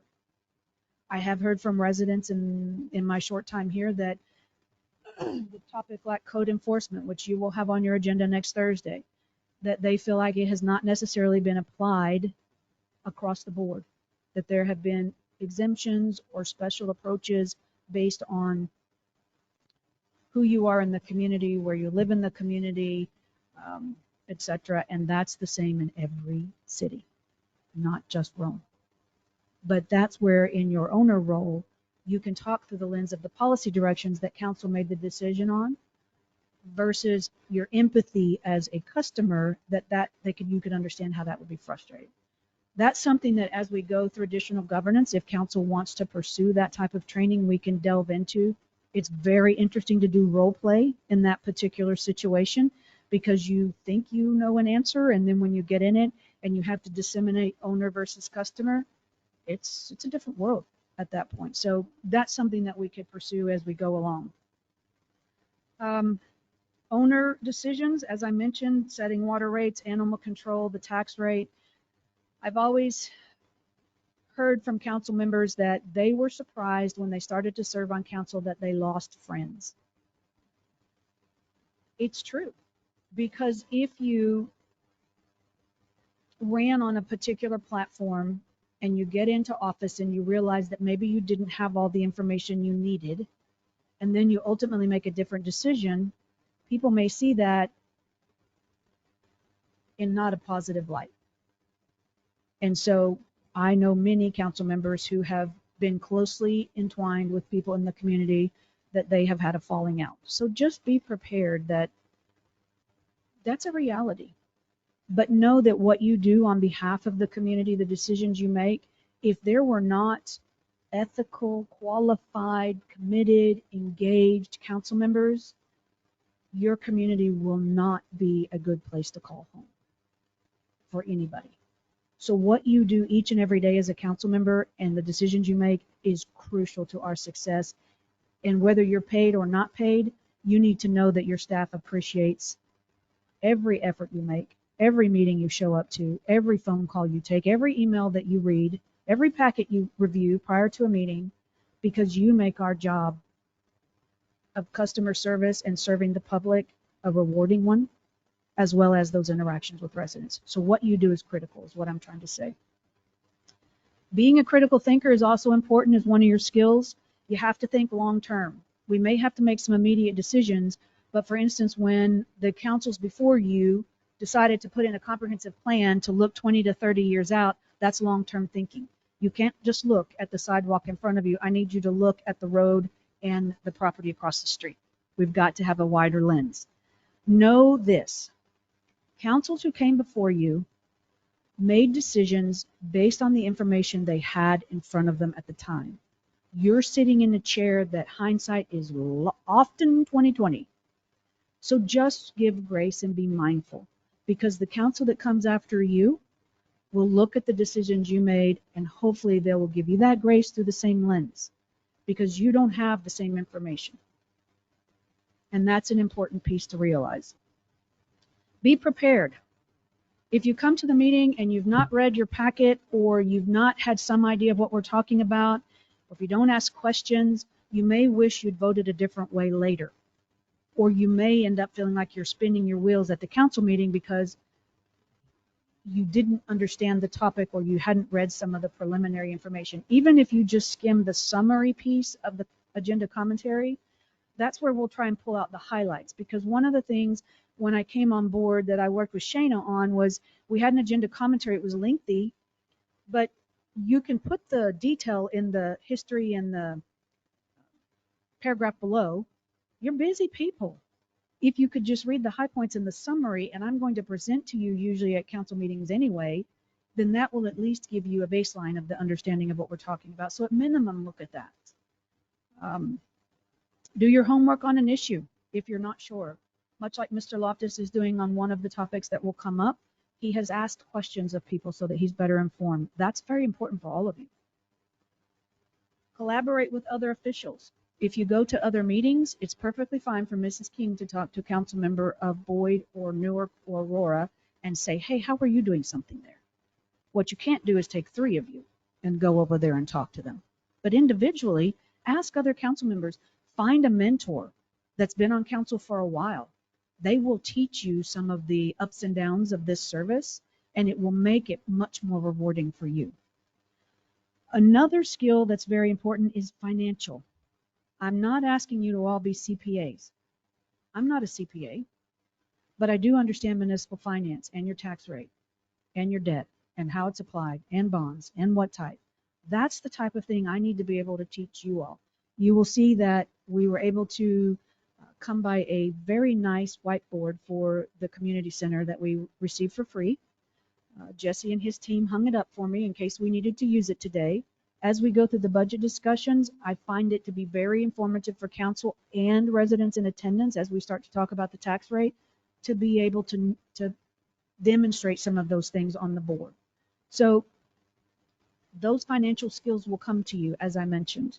Most of you don't fully understand the types of debt that cities can issue and the ramifications of them. I will promise you the de minimis rate is probably something you've heard but don't have a full grasp on. I can tell you that's a struggle sometimes for me as well, but we will look at all of those things through the lens of your budget process. Now, I added the 3 on the right-hand side of your slide deck. You have to have a sense of humor. You will work hard in this job, and if you cannot maintain the distance to know that some things are just going to strike you as funny and some aren't, and keep that boundary, it will be harder for you to serve on council.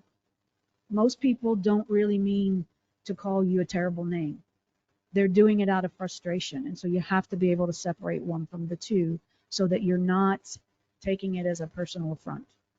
There may be times when you have a personal affront where people just say something that is unkind, but hopefully we will start to see some of that improve as we keep educating our residents, as we enhance our budget process, as we continue to hold these type of workshops where people can come in and see you all interact and be in a more relaxed format. We will celebrate the wins of the community as they will come.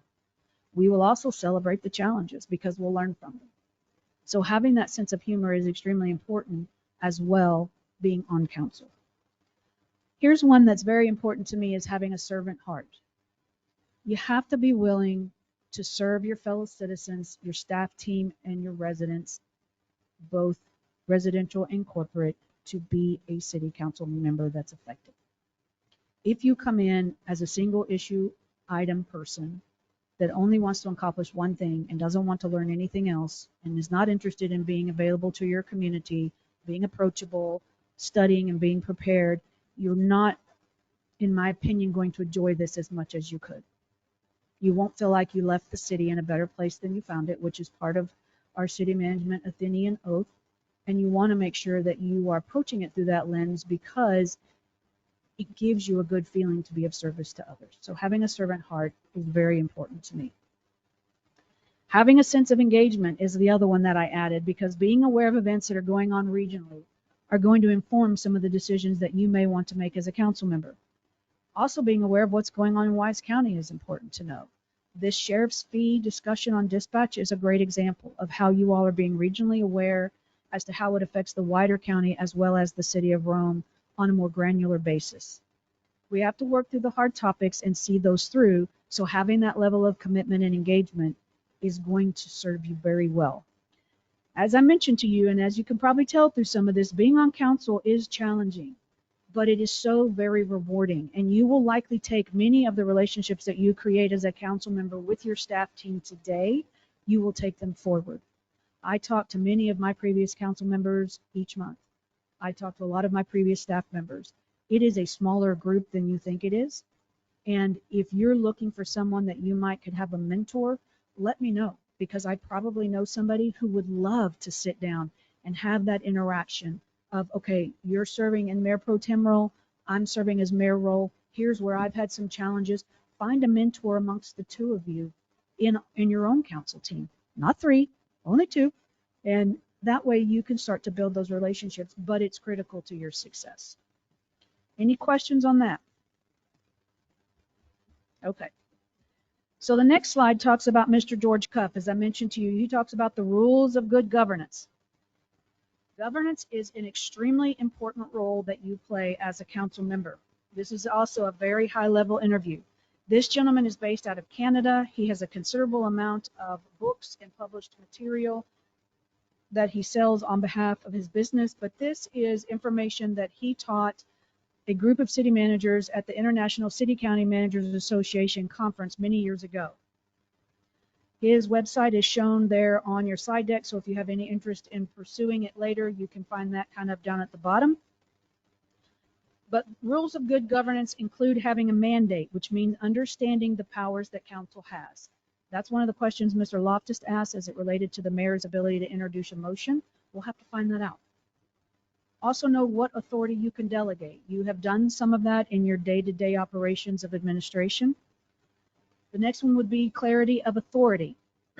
Know the degree of authority that you have as council and where your boundaries are. Also make clear the roles of the organization. We have done some of that through the latest discussions we've had about ordinances and cleaning those up. Putting together an organizational chart is also a good way to have clarity in roles. I'd eventually like to have some of in your budget document, a description of what each department does, who is staffed within it, what positions are allocated to it, and then what each department's budget is. So we're working on that as well. You also have to have public accountability and responsiveness. This goes back to some of the 7 qualities that we just talked about. You also have to have a clear sense of purpose. This is something that I would like to speak to you all over the next 6 to 12 months on looking at starting a strategic plan for Rome. I have found old vision and mission statements. I'm not sure that they're still accurate. We may want to review those. It will be at council's discretion. Some councils love having a strategic plan, some don't. But it does give goals and objectives for staff to reach for and accomplish. It also gives a sense of accountability to the community because the council has clearly put out, this is the direction we're going. These are the things I want to see accomplished on behalf of the city. And what have we gotten done and what do we still need to do? Even at its rudimentary level, it is a great communication tool and it gives direction to staff. We need that at some point. We have some immediacies as it relates to, just as I've mentioned to you all, in kind of our hierarchical pyramid of what's important. We're still dealing with basics.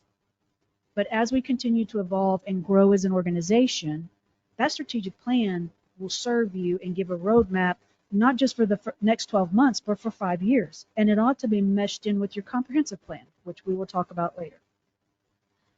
It's also important under your sense of purpose to know who we serve and why we serve them. The idea of why you do what you do will get you through the hard days, especially for staff, especially for council. Because as mentioned, we will field some hard questions. Having full disclosure. We have heard from some residents that they would like to see more transparency at the local government level. We are working diligently on that. Matter of fact, one of the things that I talked to Shayna about, we have a system called Laserfish where we are scanning in all of our documents.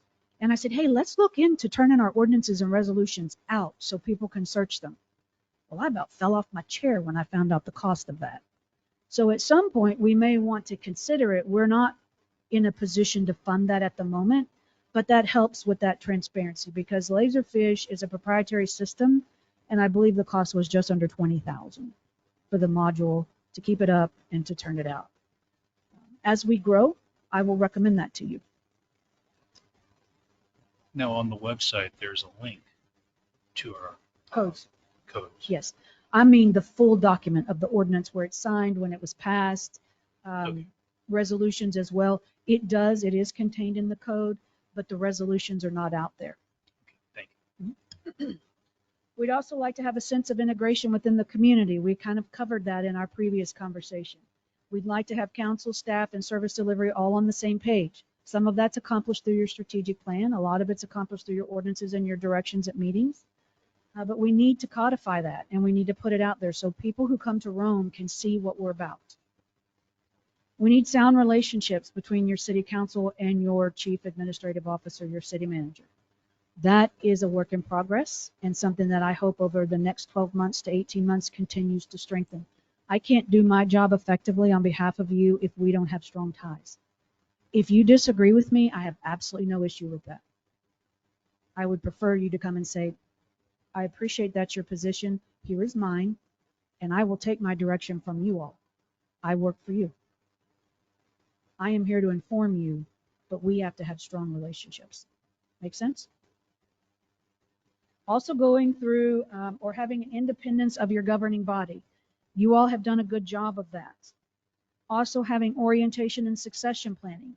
You've made the first step with this 3-hour commitment today on orientation and growing and learning with your staff team and with some of your residents who are able to be here today. The succession planning is something that we will need to see as we continue to build the Planning and Zoning Commission. I did talk with Mr. Knight about the fact that we have 2 current positions open by virtue of our last elections, as well as we have 1 that may need to be replaced. So I'd like to start putting on the website the fact that we're seeking Planning and Zoning Committee members and start receiving those applications for you all to review, if that's agreeable with council. I don't like to take those steps unless you know we've put it out there because 1, you are a great circulator of information.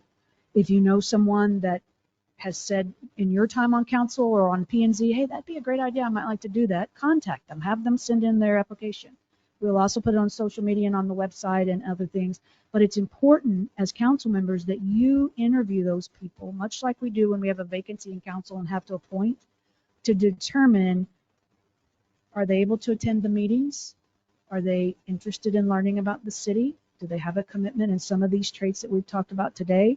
Because your Planning and Zoning Committee is a great segue to council. But that type of succession planning is going to continue to grow Rome and keep us from falling back. One of the cities that I worked for had spent 20 years growing that community. Great stability in council leadership, great stability in staff. In one election cycle, there was a considerable amount of misinformation. Council turned over, staff left. That city has just regressed about 10 years. They're doing the same things now that we put in place 10 years ago because we didn't have any continuity or education of folks coming in. Sometimes it's not achievable. Sometimes these things happen. Sometimes councils just go in a different direction and cities do. But it's important to try and build that succession planning so that as we move along, we continue to have knowledgeable, engaged, approachable, all of those things, the people on council that can help continue to make Rome what it needs to be. Performance assessment is another one of CUF's rules of good governance. We're not there yet. That's part of our strategic plan and part of our higher level thinking that as we set goals and objectives and come back around, you all need to be looking through the lens of performance to see how we're doing in every area.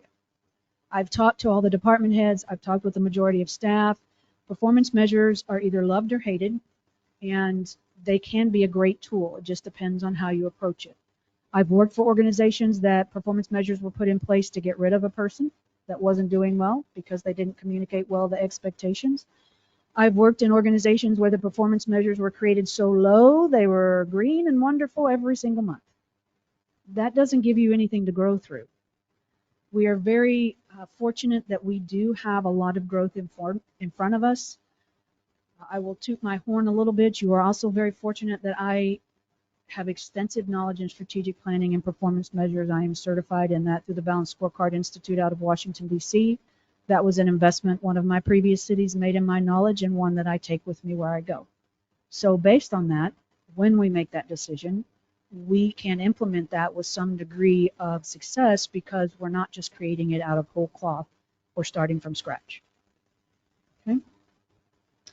So I would encourage you to look at Mr. Cuff's information and potentially take a look at what he has out there and see if any of it interests you. He is an authority on governance, and the governance role that you all serve in as council members is probably the most important one that you will ever do. Because once you have good governance, you will learn to recognize it wherever you're at, and you will learn to understand what city is guided by good governance and what city is still struggling. And you always want to emulate those that are guided by good governance. Questions?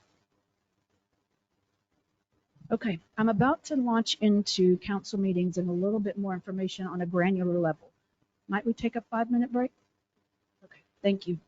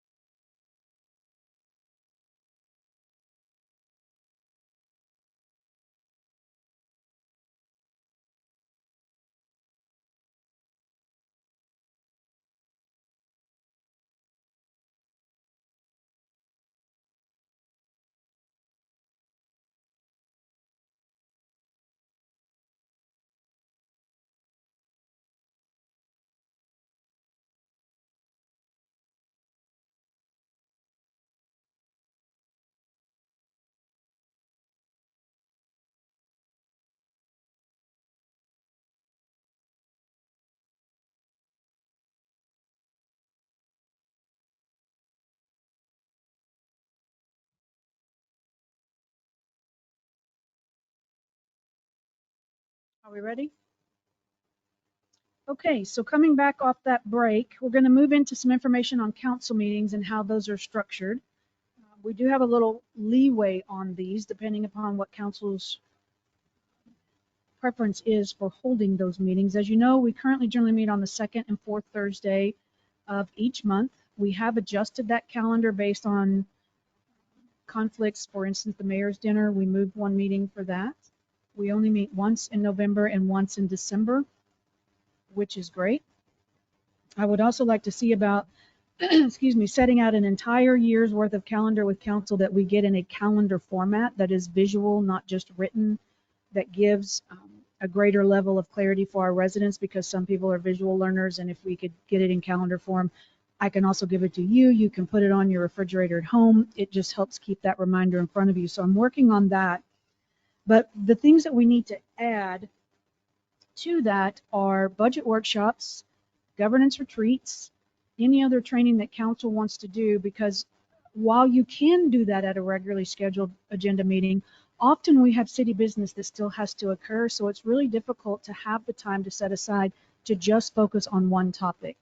In reviewing some of your calendaring and your budget cycle for last year, I noticed that there was a meeting time set from 6 o'clock to 11 p.m. to discuss the budget. No one is prepared to discuss the budget that late at night in a cohesive manner during the week when they're tired. So I would recommend that we look for Friday or Friday afternoon, something to that effect, and maybe go a little later into the evening if necessary. But if I need to be here till 11, I'm not going to be at my best, because I will have already worked all day, as will most of you. And this is high level, complex conversations that you're going to have to use a lot of brain power. So that's what I would suggest if council wanted to look into that. I do know that some of you have commitments on the weekend or have other preferences of things to do on the weekend. So does staff. We can certainly be here like we are today, but if we could arrange it on a Friday, that would be great. It's at the end of the week. People are often able to maybe duck out a little bit early from their job if they have it, or they may already have the day off. So maybe that will work. But that's something that I need to find out from you all. When can we conduct a budget workshop? Because I need to start getting some things in front of you. On executive session on Thursday of next week, we are going to talk about a couple of, that's something in executive session that will impact our direction. Not negatively, it just will impact some of our timing. So hopefully we can either at today's meeting or at Thursday's meeting, we can figure out what we're doing for budget workshop, because we've got some things that we need to get transacted, if you will. We have also moved meetings as it relates to early voting, because this year we had early voting in this room, which was very helpful. Generally, when they set up early voting, they don't want you in here. They want to know that the room's been secured. I will tell you that when early voting went on in Boyd, I did see some of the voting machines, and there was a meeting held in there. So I'm not sure if that was just, they may have had election judges on hand at that meeting to make sure nobody was near the machines. But generally, in every city I've worked in, that's, the room is shut off. So we adjust your council meetings accordingly for early voting. At agenda meetings, all items listed on the agenda are the topics you can discuss. If we get into an ancillary topic about development and it is not on the agenda, Carvin or I will redirect you back to the agenda, not trying to be confrontational or anything of that nature, just trying to make sure that you've met the requirements of the Open Meeting Act and you don't run afoul of that, because as you will learn as we get into that training, most of those violations are unintentional. It's just because we didn't know. So if we can work through that process, all the better. Our official posting site for gatherings is actually in a, and I don't know what you call it, Shayna, that little display box we have on the front of the building. Shayna, each time she posts the agenda, puts it all out there, and it's pinned up. Anybody can walk up and see it. We also try and put it on the website. I try very hard to put reminders of social media out there that just says, hey, don't forget we have a meeting tonight at 6 o'clock or something to that effect. If things are particularly chaotic, I may not get that done. I'm hesitant to post it ahead of time, because if it's canceled, we will have people show up, and I don't want someone to waste their time if they don't need to. So I try and do it the morning of. Um, as you know, items on the agenda can be taken out of order. So if we have, say, a group of people who are here to listen to one topic, the mayor may make the decision to pull that to the front if it's listed last on the agenda. That allows the room to clear out, or for those people to say what they would like to say, and then they're free to go about their evening. I have watched that happen multiple times at council meetings, and that's perfectly okay. The only time it cannot be taken out of order, as you all may recall from the first meeting when you were sworn in, is if the council makes a motion and it is voted upon and agreed upon that the original posting of the agenda will stay in the order that it's in. That is allowed by council. Does that make sense? We have different types of meetings. Today is more of a workshop environment. It's more relaxed. Generally, we have less formality involved in it. You do still have to list on the workshop environment the topics that you're going to cover, which is why the agenda for today was so broad. I wanted to make sure, excuse me, that if something veered off into a budget discussion or some other type of financial discussion, that I didn't have to stop us and say we'll have to come back to it. So we listed a lot of things on the agenda. Usually your agenda is looked at by your city attorney prior to posting, just because there's been some questions. Most of your city managers are well versed in posting an agenda, and the only tweaking of the language comes in executive session because those have specific items for which you can post and specific language for what you use. I try not to have Carvin weigh in on it when we don't need to, just because it costs money for the city and it's really not an effective use of his time either, but that does happen. We also have, as it relates to meetings, executive session, as you know, we go into the previous school cafeteria kitchen area to have that. Those are considered closed meetings to the public. You will also hear Carvin and myself tell you that you should not discuss anything in executive session outside of that room. Often that's meant to be advice of legal counsel. We're going to discuss something as it relates to economic development, which might give away some of our negotiating abilities.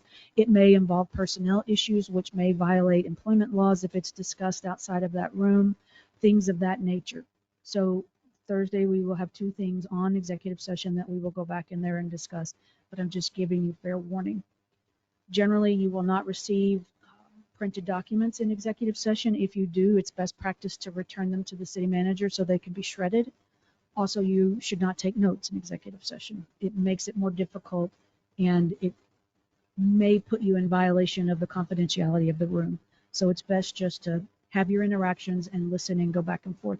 If we're debating a contract or if we're reviewing a contract, of course, you will have a copy of that. That's a different story. And eventually contracts, once they're executed, are public documents anyway, but up until then, they are not. So we try and keep that kind of reserved for executive session in the times that we need it. Council meetings, as I mentioned, are the only place where official business is conducted. Special or emergency meetings can be called as needed. There's some conflicting information in your handbook as to whether 2 hours notice is required or 1 hour notice is required. So I went with the least amount, knowing that if we use that, then we would meet the spirit of both. Generally, when you are looking at a special meeting, those are the type when we've had a natural disaster in the city. Think if a train derailed. We have a train that goes through here. We have railroad tracks. That's one of the things as we continue to evolve as an organization that I'd like to have Chief Divas and Chief Estes run us through preparedness, on emergency preparedness, if that occurs, and who's going to be where, and how do we get information out, and how do we put together an EOC. We're not quite ready for that conversation, but those are things on their agendas to look at because that's where they're specifically trained. It will also involve our Public Works Director, because we may have an issue where we have a problem with the elevated tank that we don't want to have, but if we do, that may be something we have to call an emergency meeting, or we have a main break. Think of what just happened in the city of Decatur, right? They had to boil water for almost a week. That was because they had a break, and I believe it was caused by consultants digging for fiber optics in the city. That is something that is common in small cities, that you have plans that are contradicting, or you don't have plans to know where water lines are or where things are at, and so you have to be particularly careful. But that constituted an emergency for the city of Decatur because it drained their elevated tank and they did not have water backup. So they had to issue information. They had to gather counsel, get direction from them. And it may happen for us at one point. It just depends on what occurs. So that's generally when you call an emergency type meeting. So now moving into the idea of what is an ordinance and what is a resolution. This is something that often gets people confused because this is not, again, where you spend your time. An ordinance itself, and you can find this same information on page 69 of that handbook that you have in your packets. There are two important ways that you take action, either through that ordinance or through that resolution. One way that you have also taken action that I talked to your city attorney about is you also have what's called meeting minutes. So when you make a motion in an agenda meeting that does not have a resolution or an ordinance attached to it and say it's put forward by Mrs. Ty, it's seconded by Mr. Loftus, it is voted on by council, it is recorded in your minutes, that is still direction given. They're just in the form of meeting minutes. That's why reviewing your minutes each time they're put forward in your packet, it's an important thing to make sure that we have captured accurately what was said and that we have reflected accurately what the direction is you're trying to convey to staff and to the community. Okay? That's not uncommon in smaller cities. As cities continue to grow and as they want some more formality to their meeting, most of your direction will come from those ordinances or resolutions, and you will have many of them. There is a couple of rule of thoughts. Either the ordinances can all be read into the record along with the resolutions, or council can pre-read them. People can pre-read them in the packets, and you do not have to go through that task because it can be very laborious, especially if you have 4 ordinances and 10 resolutions, which is not unheard of. For a mayor to sit and read every one of those, it will wear your mayor out. So that's something that we will have to see to as we continue to grow. Ordinances are generally more formal in nature. They are seen as a more permanent document on behalf of the city. Doesn't mean they can't be changed. It just means that they're meant to kind of codify a direction or policy and have it be more lasting than a resolution that's more of an opinion piece, if you will. Generally, ordinances are introduced at a council meeting. They're debated by council. They're voted on by council. They're either approved, returned to staff for additional wording changes, or denied. Any of those actions are perfectly within your purview as a legislative body on an ordinance. They're generally signed by the mayor, the city secretary, city attorney, and often in some cities, the city manager will also sign the ordinance just to make sure that we have a clarity of roles and that we understand that everybody has put it forward, is on board with that, etc. We currently don't require that. I've worked both directions. If that's something ever council wants to change, we can certainly do that. Ordinances are required under 3 conditions, and this is where your staff are very helpful to you. This is where your city attorney is very helpful. When you are regulating people or property within the city limits, through zoning, through imposing a fine like a speed limit, you have to have an ordinance that has been drafted because it is that more permanent nature and it imposes a penalty, if you will. Speed limits, code violations, etc. are all through ordinance.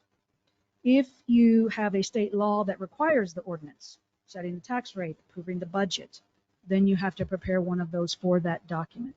Creating advisory committees, when you put the P&Z into effect or the Parks Board, you have to create that through an ordinance, not a resolution.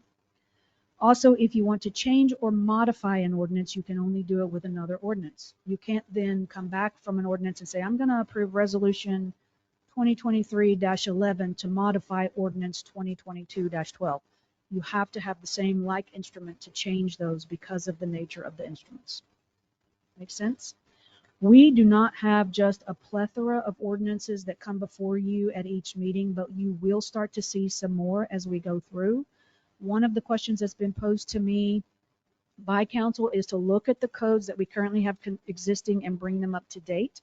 Great example. Mr. Johnson asked me shortly after being put on council, he says, he made an inquiry, and I said, well, Mr. Johnson, I said, that's governed by state law, so I don't know, I'll have to look, but he had heard that the city of Rome had an ordinance that regulated handgun possession within the city limits, and I said, that's state law. I said, that's really not something we have the ability to regulate. Lo and behold, we do have on our ordinance agendas from like the 80s, I think, an ordinance that relates to that. So I have talked to Carbon's office. They are going to give us a very generic ordinance amendment that says the city of Rome will comply with state law. Simple as that. But because it's on our books, because as Mr. Loftus says, it's on Muni Code, people have read it and said, that's not an appropriate ordinance on behalf of the city. So we're cleaning up some of those as we go. For instance, the ones as it relates to roles and responsibilities, those were from 1999. So we created the 2023-02 ordinance that you all approved at, I believe it was the previous meeting that Mrs. Tide just signed, and we will get that updated on the code so that people can see that. But that's when you use your ordinances. Questions on those? Okay. Resolutions, less formal. Generally used for proclamations, for noting Public Works Week, Police Week, Fire and EMS Service Week, Municipal Court Week, anything of that nature. Can also be used to state an opinion or to provide direction to the state legislature. For instance, you all looked at putting forward a resolution as it relates to the sheriff's dispatch fee, in addition to the letter. Once we get that ironed out, staff will draft it. You all will make sure the words are as you want them. The resolution, if you intend to issue it, will go on the books, will be signed and put into our document repository and kept in perpetuity. You may also use that to put your legislative platform out. You may recall, Mr. Loftus and Mrs. King, you were not on council at that time, but I did draft a legislative platform for the council that was approved, and we sent it to Representative Stuckey and to, I believe, Tan Parker. We also circled around the cities in Wise County so they understood where we were at. And there's controlling thought that maybe that's not helpful, but it does at least state the opinion of the city. And I do believe city legislators take your opinions into account as they go down to Austin. So each has its own format and look. Resolutions have a lot of whereas statements. They generally are more emotionally favorable, as Mr. Loftus says. They're generally a feel-good motion a lot of the times when you issue them, and people really like to get a resolution, declaring it Chief Divas Day in the city of Rome or something to that effect. Those things are great. That's about all that distinguishes the two, other than they are two very important instruments for council to use. They are often confused and misunderstood. Now, getting into some of the meats and bones of what you all will look at in your 1 hour apiece training, looking at the Texas Open Meetings Act is your next section. Under your legal tab, you will see that there is a document presented by TML. That's the Public Information Act Made Easy. We will talk about that in just a moment. The Open Meetings Act in and of itself is very difficult to make easy, for lack of a better explanation. There are a lot of different moving parts to it. That's where your city manager, your city attorney is so invaluable to you to make sure that you are meeting all of those guidelines. As I mentioned to you earlier, the OMA, the Open Meetings Act, is generally violated because you don't know. I was working in the Metroplex when Southlake ISD had their mishap with their school board. Did you all hear about that? So they had several school board members that were going to consider a diversity policy for the campus that had been worked on for many years by many different people in the community. And a parent filed suit against the school board for violating the Open Meetings Act because council members had texted back and forth amongst themselves in quorum, meaning there were 3 or more of them, discussing how they were going to vote on the policy. That is a violation of open meetings. Now, nothing came of it. It is a misdemeanor charge for whomever violates it, but it still incurred costs on behalf of the district, on the parent who brought the lawsuit, and on the people on the board who had to defend the lawsuit. Ultimately, the president and vice president of the school board were arrested and charged or indicted. Apparently, they were arrested the same day as the meeting, which is always lovely. And then they were bonded out. They went to the meeting and they sat in their respective roles as school board members. And I just learned that it was actually dismissed or dropped a few weeks ago. But all of this over the fact that whether they knew or didn't know, and I'm going to assume they didn't because it was dropped, they had texted outside of an officially posted meeting and discussed city or school business, and someone objected. Okay? Questions? Comments? Was that Tammy Nakamura. I do not recall the name, but it was very well publicized, and I was working next door in the city to South Lake when that occurred. And having been a part of a city that was running a charter school, I paid very close attention to what had happened, because you will find this generally when somebody is upset with what the board is doing, and it still means that we have to defend it in some form or fashion because there are penalties associated with it. So it's a good rule of thumb that if you are outside of a posted agenda meeting, you do not discuss anything as it relates to city business at all. I will also talk to you about, as we go along, if you are at a social event and two of you are at an event, say we have a neighborhood party and two of you are going because you live in that neighborhood and a third shows up. You all have to know and make the decision, somebody's leaving. Because regardless of what happens, whether you're discussing city business or not, if three of you are gathered in one spot, it is my recommendation to you that it has the appearance of the potential to violate a quorum. Somebody needs to leave. You tracking me? If you all decided to go to the mayor's dinner, for instance, next year, I would post for notice of potential quorum so that people know that three or more of you may be gathered. It's a mayoral related dinner. Likely you will discuss the city of Rome, but it is a social setting, so no business will be transacted. And that way we avoid this issue. Okay? So we used to host in one of my previous cities small group meetings in homes of residents, and we'd have 30 or 40 residents come. The mayor was always there. The mayor does not count toward a quorum, blessedly. It's just the 5 sitting council members. And so I always had to adjust and issue invitations, and if it got over 3, I had to tell someone they couldn't come because we didn't always post for quorum for those. So I will hope you keep an eye on that. But when you are motoring about in the community, if all 3 of you are over at Big Z getting gas, somebody needs to finish their business and get out of there, because it could have that appearance. Very likely not an issue, but just to be on the safe side, I advise you to do that if you can. Okay. Let's see. Being aware helps because, as I said, open meeting violations are generally done inadvertently. As I also mentioned to you, you have that open meetings training through the Texas Attorney General's website that you all need to take.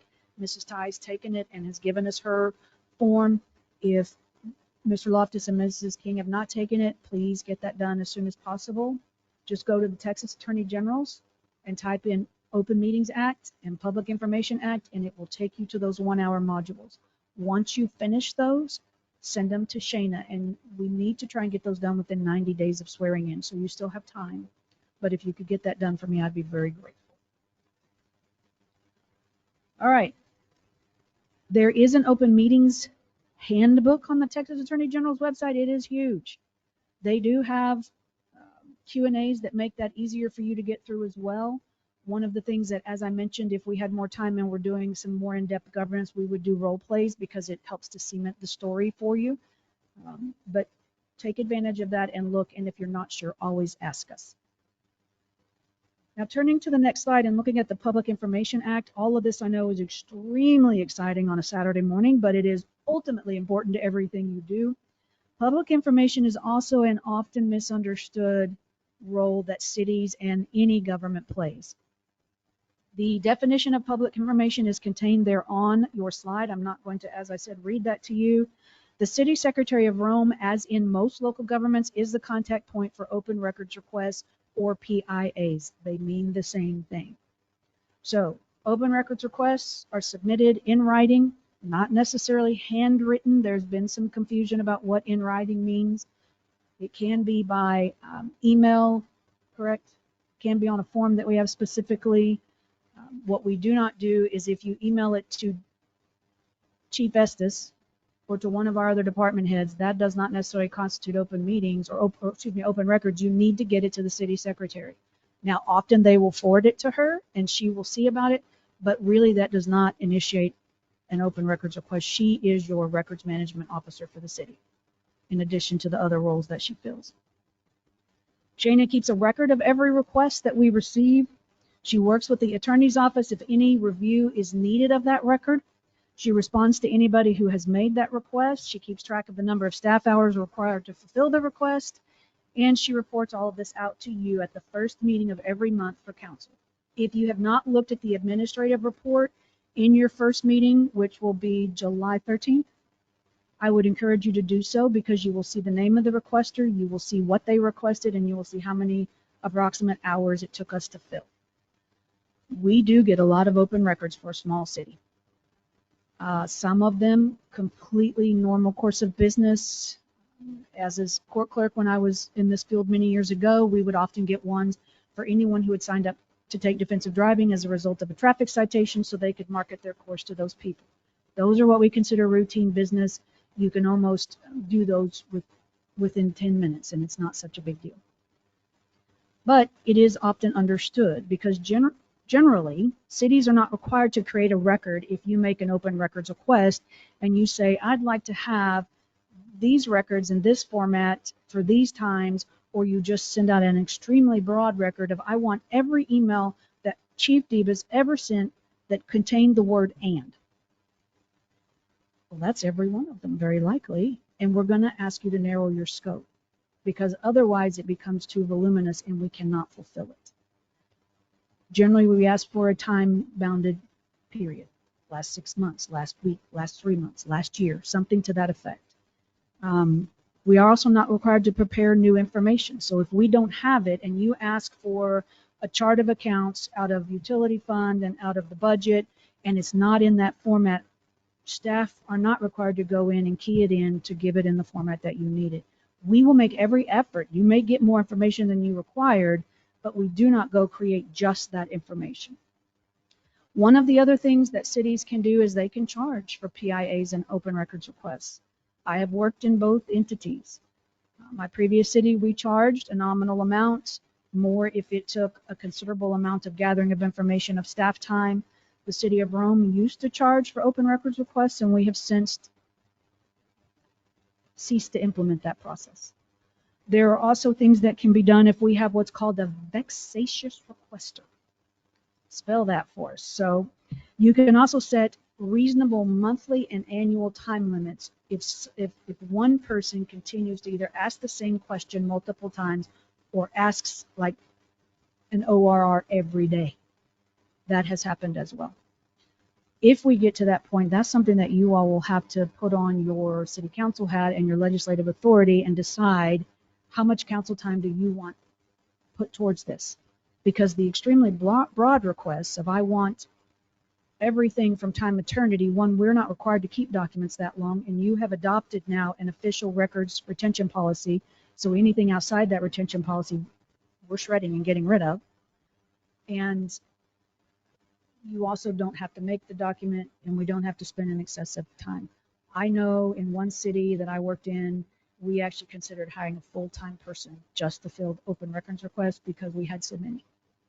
The city secretary couldn't handle them all, and the department heads were spending way too much time pawing through emails and administrative information instead of doing their day-to-day tasks. That's something that we will consider when and if it becomes a need. Just know that you used to do this. We don't do it any longer. So I suggested that, I think right when I first came on council, but the city secretary at the time, she was like, it's not worth it. It's too much work for that person to have to implement charging, because I think they have to document all of that. You do, and you have to document it for every request, not just the ones that are vexatious or extremely large. However, if they're looking for 50 or more pages of records and it takes 2 hours of staff time, and Shana and I both have to work on it, it very well may be worth that time to document that. You're already documenting it in your administrative report to council at the first meeting every month. What was requested, who requested it, and how long it took. So you're already doing that. But if you make that decision, then you can implement that if you choose. I will bring that to you if this becomes something that we cannot manage any longer in-house. You can also charge a minimum of 10 cents for a copy, and you can charge 25% above that according to the Attorney General's information. I don't know if are we charging per page now? Copies? Yeah. So if they have this request that requires 1,000 pages and they want it printed, and then they come in and they just pick out 2 of them, are they still being charged for the 1,000 pages? No, they're only charged for what they take at 10 cents a page. Oh, So I've processed requests that are around 1,000 pages, and they come in and they take 12 pages, and it's $1.20 for the entire request. And that's what I mean by a vexatious requester, because we've had the same request multiple times, even if we've responded to it. We've had people who disbelieve that we don't have any responsive documents because they don't realize we don't have to create it. And that's a frustration for them and us, because we feel like we're not fulfilling our role and they feel like they're not getting the transparency they need. So it's important to educate the community. That's one of my goals, is to make our website a bit more robust. We did a really good job on the election cycle, but some of these other areas of information we need to enhance. If people will look at it, fine. If they won't, fine. But back to that conversation about turning out the ordinances and the resolutions, we can send them a link. We don't have to find the document then. We can simply say, here's your link, and send it back to them. That takes a couple of minutes usually. So as we evolve as a city and provide different services, that's something we might want to consider. Right now, that's not a good return on our money in the investment at the cost they want to charge for. Okay. So something to consider as we go along, because it can be an issue. Please, ma'am. So getting into something equally as exciting, conflict of interest. I would be remiss if I did not bring this to your attention. In all of the documents that I have given you, there's a definition there, but basically you have to notify the city secretary if a conflict of interest exists for you as a council member. Except there is an exception, that if all the council members or the majority have a conflict of interest and the majority file that affidavit with the city secretary, then you are not required to recuse yourself from the vote. I honestly don't know of a situation where this has actually happened or occurred, but clearly it has, because they have put it in the state law in some form or fashion. So I doubt we will ever run afoul of this, but if we do, if you all owned ownership in the same business that came before the city government that needed a zoning change, then you would all have to file your affidavit of conflict, put it on notice, but we could still proceed. So that's about the best way that I can explain that. There are penalties for violating that. Just like with open meetings and public information, there are penalties involved with violating those. They are not assessed very often, but they are there because they want to make sure that elected officials understand the importance of their role and are complying with keeping their government open and responsive to the residents. So if you're not sure, always call and let me know. On this next slide, I'd like to spend a little bit of time here with you talking about your tools that you have, as I say, in your toolbox in order to do your job. You currently have a code of conduct and ethics policy, or mostly a code of conduct that is found going to your, into your binder. Look under systems and look under governance. You will find a couple of these tools listed there. Under your governance tab, that first document I've included is going to be what was passed as a code of conduct for the council. I would recommend that over the next 12 months, we make that a little more user-friendly and put it in pamphlet form and consider some additional information in it. The code of conduct and an ethics policy is very important because it officially states the position of council on how they're going to interact with each other and staff and residents in the community. It also is an accountability measure for each other. I have worked with councils where you have a council member who does not always see eye to eye with the remaining council members, and that code of conduct and ethics policy is very important to kind of bring them back and nudge them gently to what the expectations are. Make sense? One of the other items that we have is the budget document. As I mentioned to you all, that has been evolving over the past several years. You currently have what is at its basic a line item budget, which is fine. It just doesn't give as much transparency as I would like to see to the community. So I have the department heads and staff working on departmental explanations as to what service they provide, what their budget numbers look like, how many staffing they have in each department. If they have a mission statement, what is that? And then at some point, we'd like to fold in those performance measures on each department so that we know how well we're doing in delivering our service. So you will see a new iteration of your budget this year that includes some of that information. You'll still have all the numbers. I want to be clear. It just will be shown also in story format to augment all the line items that you currently have. Right now, you've got a copy of your budget under the Systems tab. And you will see, for instance, if you look at the property tax M&O, which is most self-explanatory, it just has on the right side of the Excel spreadsheet an explanation. I'd like to explain to residents how the M&O, what it's used for, how it's assessed, what the INS rate is, how that's assessed, what that's used for as it relates to debt service, et cetera, which will help, I think, with some of the questions that we receive from the community that there's confusion.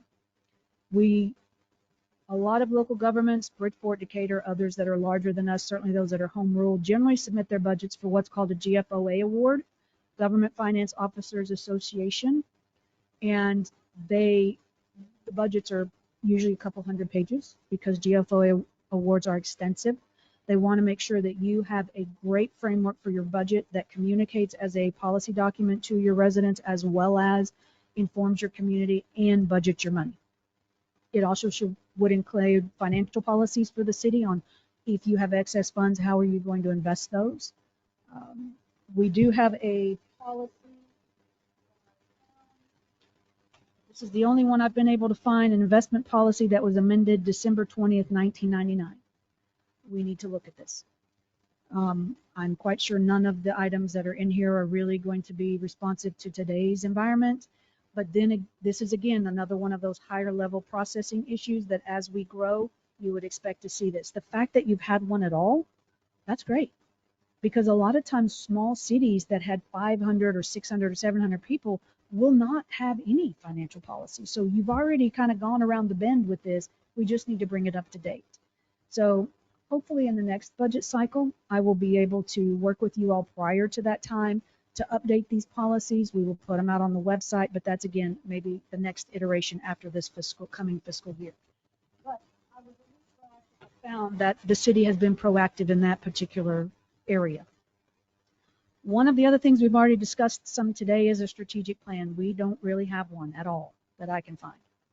That doesn't mean that you haven't thought strategically or haven't planned so much. It just means we haven't codified it as such. And we need that because your strategic plan, and especially in its most basic level, ought to be one page that somebody can pick up and say, okay, I see what the mission and the vision is for the city of Rome, and I see what they're doing to achieve it. That's critical for transparency with our residents.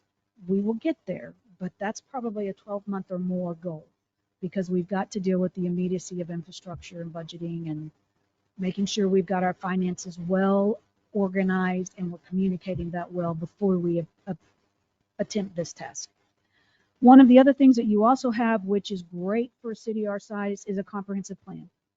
As I mentioned to you, the city invested and had some folks from the Urban Living Institute out of the UTA School of Public Policy come and do your comp plan in 2019, March of.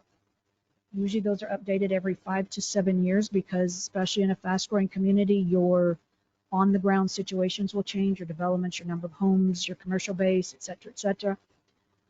We will use that comp plan to see where we're at. I would also like to take some of my history of working in comp plans and do some financial analysis to see what our general fund revenue looks like as it relates to commercial versus residential. You really ideally want a split of 60-40. You want 60% to be commercial and 40% to be residential to fund your community because that lessens the burden on residents. And as commercial entities generally are making a profit, you want to make sure that they are paying for the services that we need as well. It's more equitable in that way. You do not want to live on your sales and use tax because that is what they call income elastic and it fluctuates month to month.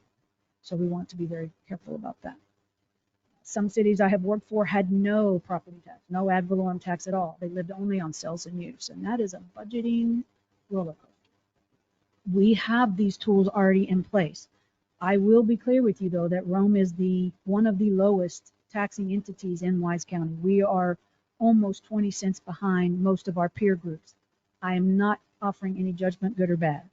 I'm just saying it is what it is, and it's something you all as legislators are going to have to look at as we go over the next years in the budget process, because we have infrastructure and long-term needs that have not been addressed, that we have come to the fruition that we're having to address now.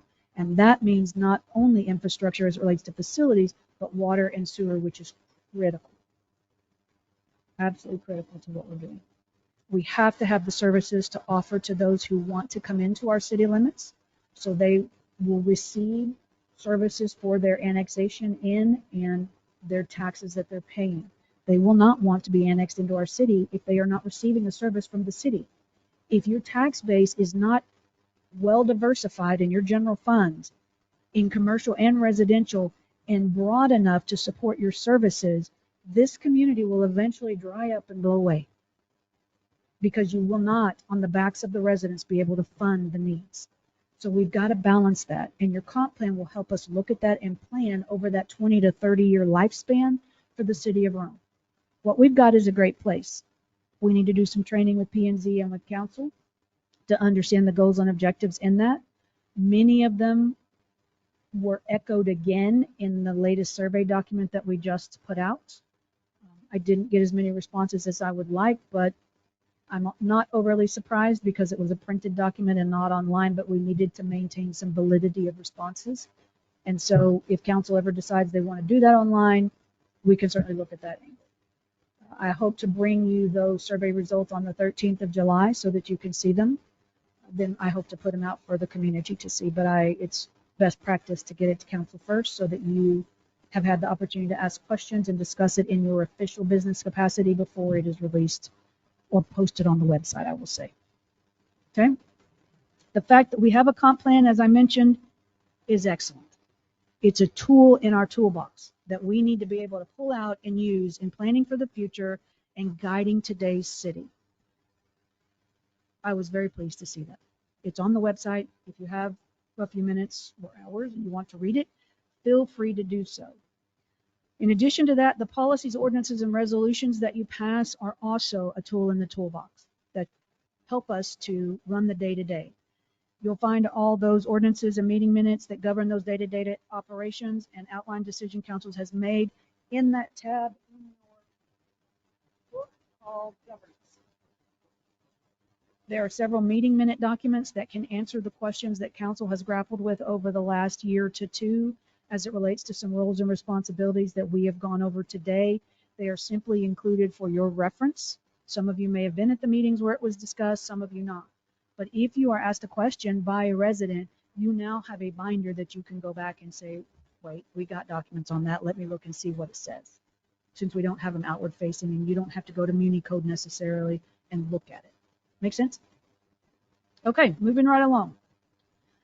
The budget, which is under your systems tab, which I believe is number 7, is shown in there. You will see that your general fund revenue for this current fiscal year, so that's 2022-23, which will end on September 30th of 2023, is for general fund, your revenue is projected to be just at almost 3.2 million. Your utility fund, which is your water and sewer fund, is shown to be at just at 1.6 million for a total revenue income projected at 4.8. One of the things that I have worked with the department heads about is we have taken the current budget and we have looked at current spending levels to determine that we're on track. We've not exceeded those excessively that haven't been approved. And we have looked at the expenditures for this year and we've done an analysis and we've highlighted those that we are watching. I've also gone back and built it for the last 3 years, budget to actual.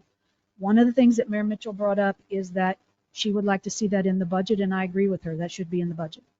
You all need to know it's also a measure of how well we're doing in predicting our budgeting numbers, how well we are coming in, minus any major event that occurs. For instance, if utility fund is budgeted at the current year to expend $1.46 million, but we have a major rupture, that number will change because that event occurred. Otherwise, they ought to track pretty close to that. Then if you look at the very bottom, you'll see that the total expenditures, excuse me, in this year's budget are 4.6 million, which gives you about $190,000 cushion at its current numbers. But what you have to be mindful of as a council member is there's a difference between general fund and a difference between utility fund. In the general fund, you are going to have sub-funds or sublines that have restricted funds in them that can only be spent on certain issues. Case in point, the $1 million we had remitted to the city on behalf of Rolling V for water costs to provide water to some of their area is only for water costs. You'll find it in general fund, but in a sub-fund that's restricted, meaning if you see it on your books, you can't spend it for roads. We also have several court funds that are restricted, that are assessed as part of the taxing entities for citations from the state of Texas that can only be spent on building security. We spent some money for this. On technology, I mean, the computers, et cetera, for that department. Security at City Hall, if we ever wanted to change, could be used out of building security if we had funds because the court is housed in it, et cetera. So we're in the process of getting all those clearly delineated and updated in your budget document and making sure we've got all the interest going to the right accounts. So it's important to distinguish the two. What I'd like to get us to is how much do we have in fund balance, calculate down how much it costs a day to run the city, and provide you all with number of days in reserve so that you know how we are we financially healthy or are we not? Because this is, you can certainly budget this way. Your expenditures are not exceeding your revenue, so you know you are proceeding in a good manner. But taking the budget to the next level of iteration gives you that tool as council members to say, yes, we have 120 days in reserve. So if we have a economic swing one way or the other, the city can weather that as we go through. Your ad valorem tax, which is one of your revenue sources, which this year is shown under admin on that first page, it's steady. It's not going to change necessarily because your house values, unless they fluctuate tremendously, it's going to pretty much be a steady source of income to provide city services. It's the sales and use that we will see change, and we track it and report it out to you each month at that first meeting in that administrative department report. Shana and I are looking at that all the time to make sure that we are hitting those targeted numbers and we are on target for this year. If we're not, I will let you know immediately if I start to get concerned. If I start to see that there is a trend that's changing in expenditures, I will have departments lock down anything they're spending to only critical needs to make sure that we do not get upside down. That's the best way to manage your budget. And as we move it through this next iteration and get those fund balance days, get your debt service finished out as to when that's going to roll off and when will we have any other capacity here, there, and the other. What I'd like to see us do is take the budget to what we are currently expending, then a needs list of what we still need to fund. We rank it, council ranks it, and then as money comes available, we fund those things.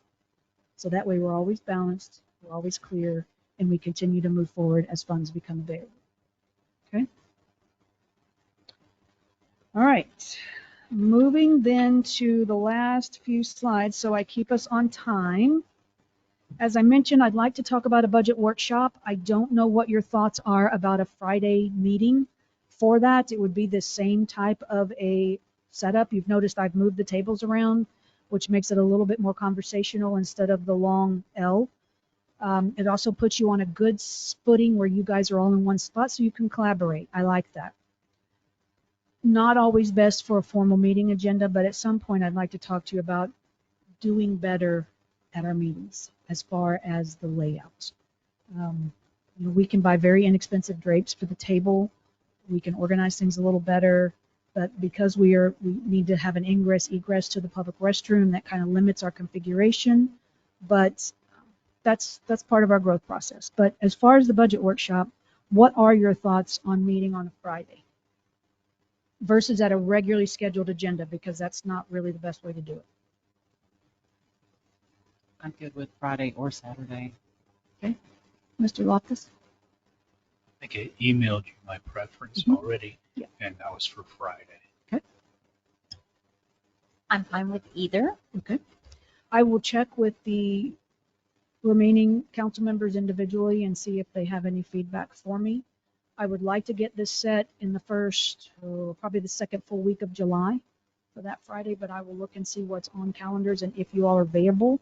I did send out an email. So far, I've only gotten 2 responses back as to who is available. And I know some of our missing council members today have had some very busy schedules. So hopefully I will hear from them.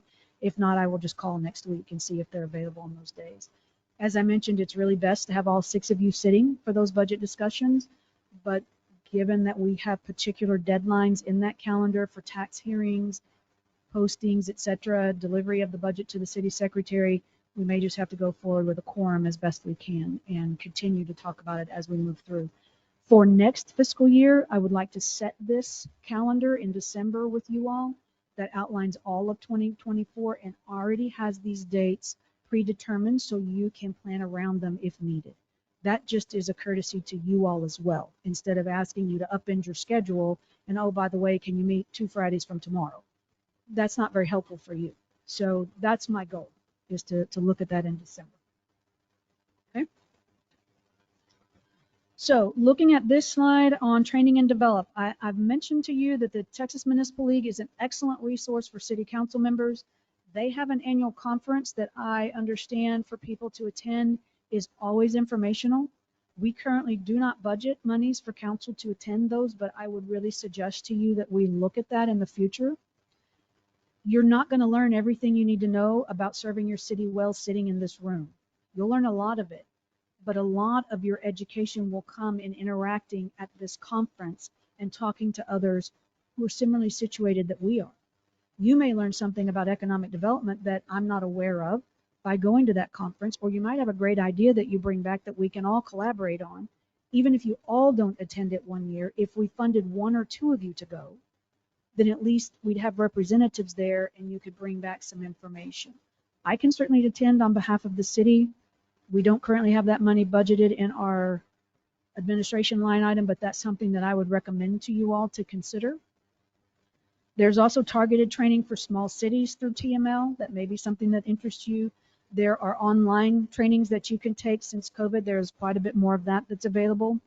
I did put in your binder under learning, you have a Texas Town and City article edition that talks about how cities work. They publish this in January of each year. That would be worth you reading through. I also put in another article by a gentleman by the last name of Novak. That is a very good article on how councils prepare for their work. There is governance training, and Mr. Cuff's information is back there. There's also another resource that could be deployed here in our community center. It's called the On Target Training for Board Members. It is put on by a gentleman that I have worked with in many cities that is quite good at the governance role, if we wanted to consider that. We currently don't fund those things, so it may be something that we want to look at in the next year or the year subsequent. But it is something I would highly recommend to you as council members, because governance is complex, as is the open meetings and the public information, and having someone do your annual training will just give you that added sense of comfort that you understand what your requirements are. So the last slide for today, and finishing up with 10 minutes left, is Q&A. If you have anything that we haven't addressed yet, I think we've done an excellent job of running through a lot of material pretty quickly and hoping to at least answer some of the questions that you had, because one of the things that's very important to me is continuing to keep our relationship growing and keeping those lines of communication open, because as we learn and grow together, that's just the stronger we're going to get as a council team and as a community. Questions?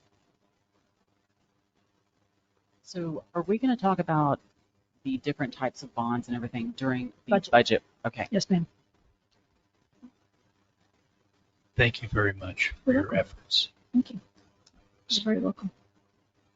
Okay, department heads have anything you want to add? Shayna, you good?